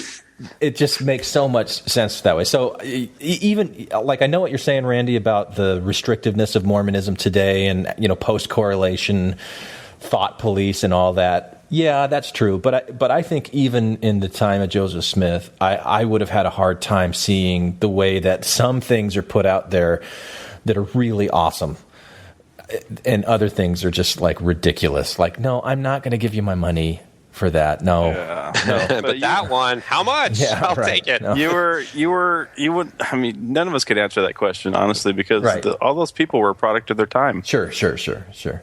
But I'm in Jake's time machine. He went back 100 years. I went back 200. Right.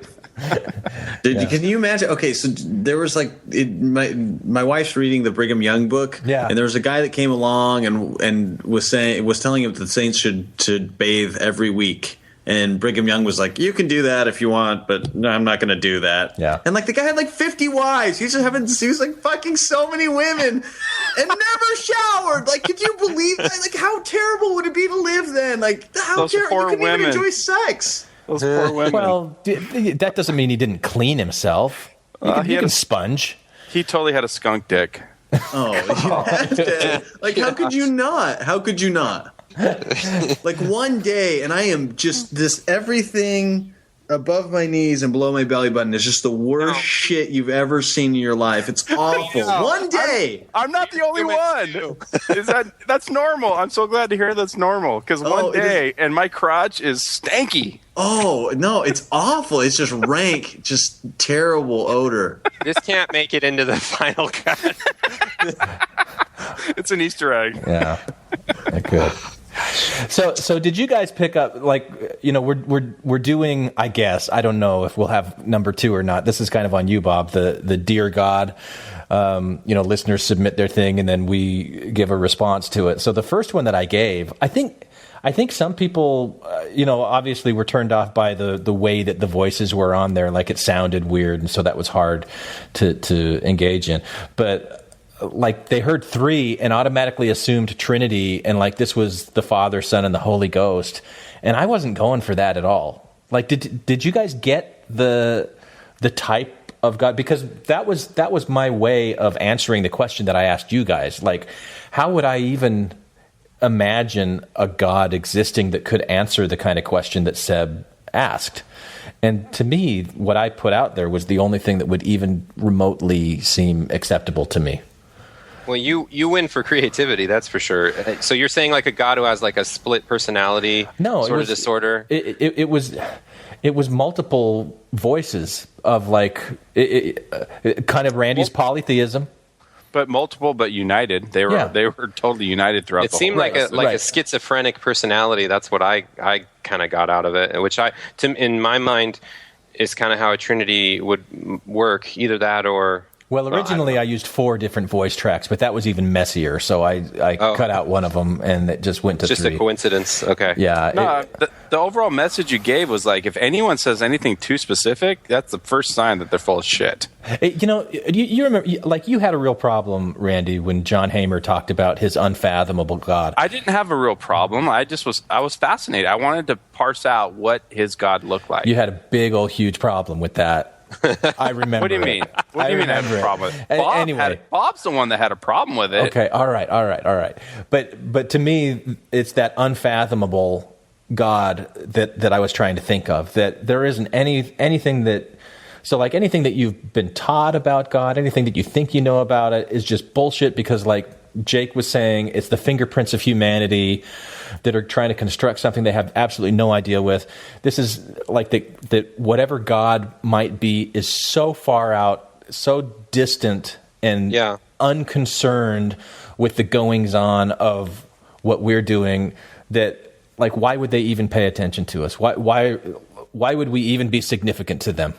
I think John Hamer's God was a little more personal than that. Well, John Hamer's God was there was a river of inspiration that you could tap into, but it's also a really unfathomable God. Which might be a Dan Witherspoon God too. I don't know. It doesn't make any sense to try and define him, because you can't. Even calling him a him, you can't. This reminds me, I just want to say, Jake, I like the way you answered that question, despite having shat all over your answer now that I think about it. But fingerprints of humanity, I like that. Well, actually, that was Glenn who said that particular phrase. That was Glenn's restatement of that was Jake's position. Yeah, but all right, just edit all that out. Yeah, look at me thinking the wrong people. And to be honest, and I think, Bob, you said that you wouldn't even be able to really come to any kind of answers about what God would be. You would need somebody to define that for you, and then to be able to approach it and go, does that make sense to me? Yes or no? Right, and then probably reject it 50 times in a row. Right, or before whatever. they get it right. Yeah, but this was Krista the psychic's explanation of God. Like, that's what I was doing in the Dear God thing. That God is like this nirvana kind of thing. It's like this energy of multiple ascended souls that just join when they're ready, but everybody else is, but that makes the most sense of any kind of God that there could possibly be out there. Yeah, I think I got angry about the Krista thing because I misunderstood. I guess you corrected me the last time we talked. I thought she was channeling Brigham Young and Joseph Smith. And every conclusion that she came up with what I thought was Brigham Young's spirit and Joseph Smith's spirit, was like a postmodern morality. That was no way that, based on their quotes, right, that they would have thought that thing or said those things. Exactly. Well, there was enough of that when she channeled Emma Smith that you kind of scratch your head anyway. But still, as far as being like a conversation and having ideas to think about, that's where that kind of came from for me, where I thought, well, if there is, because I was already at a point where I thought if there's any kind of God, it's got to be a really distant God. But, is there life after this? I don't know. I don't even know what that would be like. But you seem to be the most comfortable with the eternal dial tone. Yeah, yeah, with total oblivion. Sure. Oh yeah. I don't care. Well, that's so. I know. Because it would be so peaceful. Full of shit, man. You are so. It would be peaceful. It would be absolutely peaceful. Glenn, the thing is, like, anyone who's listened to this podcast at all knows that, like, Glenn, you love being you, and just the idea that, like, you would just slip into oblivion and never exist again. And the idea that you are okay with that and that doesn't bother you at all. Because I've got the podcast as my legacy. That's your immortality. I don't know. But I think you're wrong, though, Jake. I mean, I just to, like, close my eyes and go to sleep and be like, that's it. I'd be fine with that. But right. And again, I'm saying I don't know what the afterlife, if there's an afterlife or anything. But I want to go back to Cosmos, because he talked about that we are all stardust, I think was the, like the song lyric or something, but he used that we're made out of the same material that everything in the universe is. Well, I think what's more profound is that we are the universe, contemplating the universe. Right. Yeah, that's profound. And my brother has talked to me, because, like, okay, so Brian Dalton, when we were at that that lunch, the thing that bothered him the most about becoming an atheist was that not that he wouldn't exist, but that Shakespeare, once the sun becomes a red giant and obliterates the earth, Shakespeare will never have existed. It wouldn't have mattered. It's over. Shakespeare is gone forever. And I told that to my brother, and then he told me about this philosophy about the river of time. And I haven't delved into it, and I don't know anything about it, so I can't really talk about it. But according to my brother, according to this river of time philosophy, that Shakespeare has always existed and will always exist. And I need to look up this river of time thing. Well, but I mean, that's also very Earth centric, because how many Shakespeares are there on these billions of world, and how many Shakespeares have there been on this Earth that we just, like, they weren't there at the right place at the right time that we're able to continue, like, that level of brilliance is out there. And if we're just this little teeny tiny speck in the universe, and there's other specks like us out there, there's going to be other Shakespearean things. But the things that I genuinely wonder about, and I put this in that Dear God response, like that when we die, we're repurposed. Like, I don't know what that means, but that if that's from that movie. That's from that movie that you already what the bleep do we know? No, the movie where you're like, oh, you Earthlings, you use only 3% of your brain. And once you get beyond that, then defending your life. Well, Daniel, Let me tell you what's going on. When you're born into this universe, you're in it for a long, long time. You have many different lifetimes. And after each lifetime, there's an examining period, which you're in now. You see, every second of every lifetime is always recorded. And as each one ends, we sort of look at it. Look at a few of the days, examine it. And then if everybody agrees, you move forward. What do you mean move forward? I mean move forward, continue onward. The point of this whole thing is to keep getting smarter, to keep growing, to use as much of your brain as possible. For example, I use 48% of my brain. Do you know how much you use? 47? 3. I'm sorry? 3. I use 3% of my brain? Yes, don't worry about it. Everybody on Earth uses 3% of their brain. 3 to 5%. That's why they're there. 3%? 3%? You mean nobody on Earth uses more than that? When you use more than 5% of your brain, you don't want to be on Earth, believe me. Yeah, defending your life. Yeah, probably a little bit of influence from there. Yeah, that kind of eternal progression idea from Mormonism. But so there's like questions that science, as far as I know, hasn't been able to answer. Like, where is memory stored in the brain? Like, what is memory physically as a material substance? Where is it stored? And like, we know that proteins. But we know that like the material substance of our bodies regenerates, and like all of the cells that I had 9 years ago are dead. So like I'm physically not even the same person that I was 9 years ago, but I still have memories that go beyond like that. Every atom in your body is different from when you were 12 years old. It just keeps Yeah. I mean, so that sort of stuff's fascinating to me. So, like, are there memories in these proteins that if there are pieces of me that become another person or another thing or another animal or another plant, or, like when I degenerate and die and I am recycled, or the pieces of me are recycled, are memories recycled? Like things like that you're going to go, oh, that's woo-woo stuff, but it's really interesting to me. Do you guys want to know what the big philosophical debate is right now? Okay. Yeah, Randy, what is the big philosophical debate right now? The big philosophical debate right now is... How philosophical is it? Shut up, you fucker. Okay, so say there was a transport machine that was invented, and it had, because of the way it transports you, it has to destroy every atom in your body, but it copies it.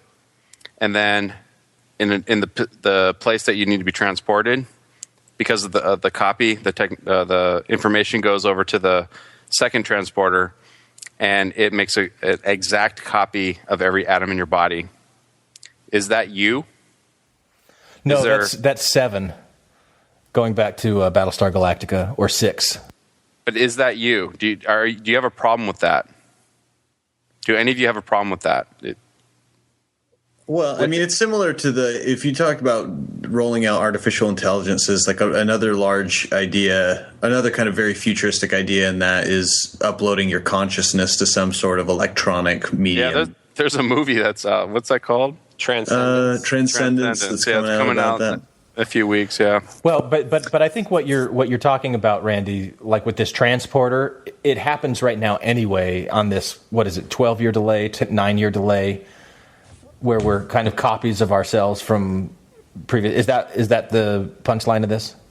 No, it's not a punchline. It's like I know hardcore materialists that go, no, I'm not okay with that, and there's a fundamental difference between the person that was destroyed in Transporter 1 and the person that was reconstituted in Transporter 2.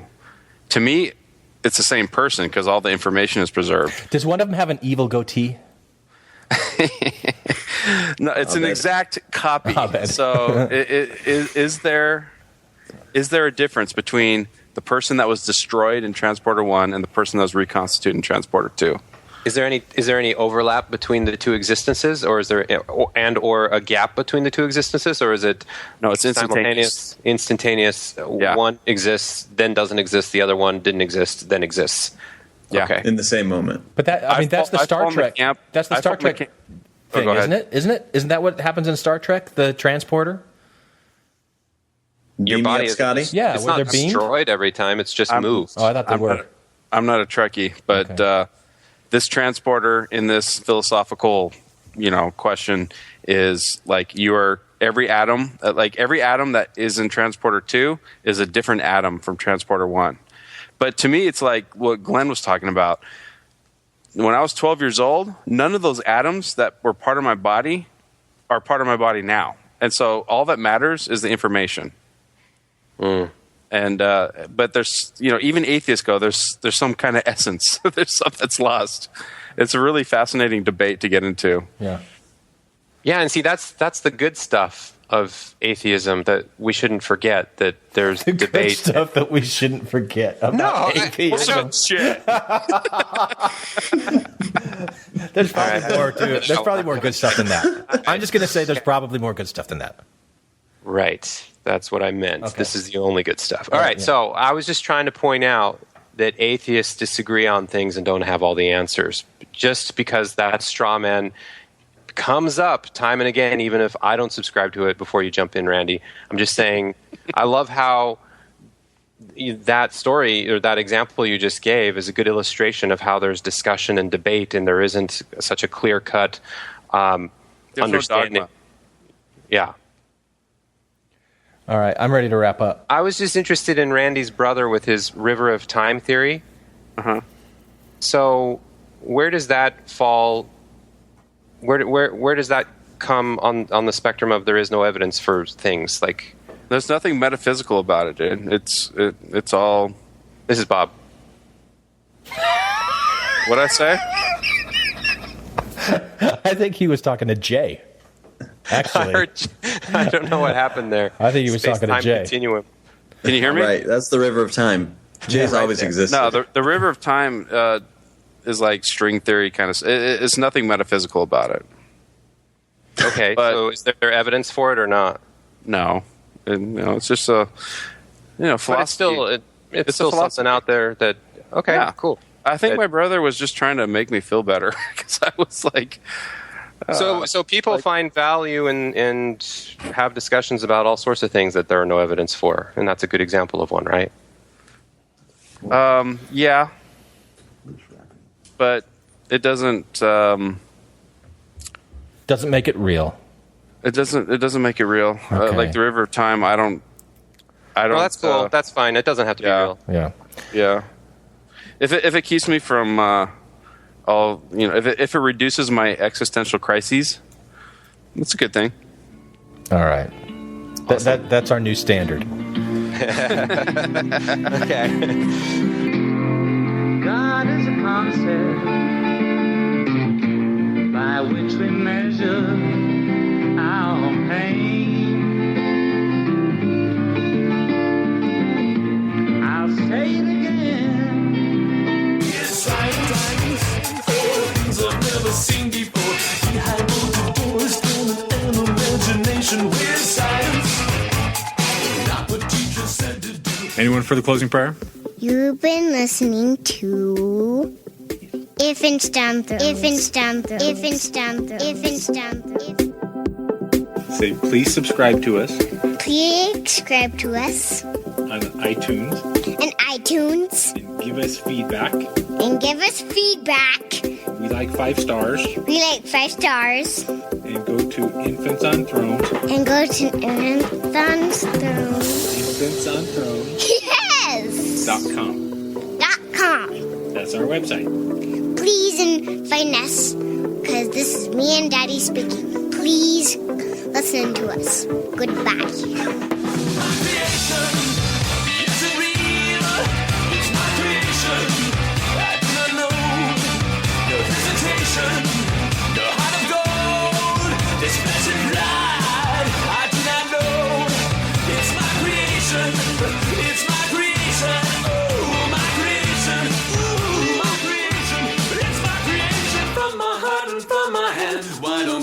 Understand my intentions. Thank you for listening to Infants on Thrones.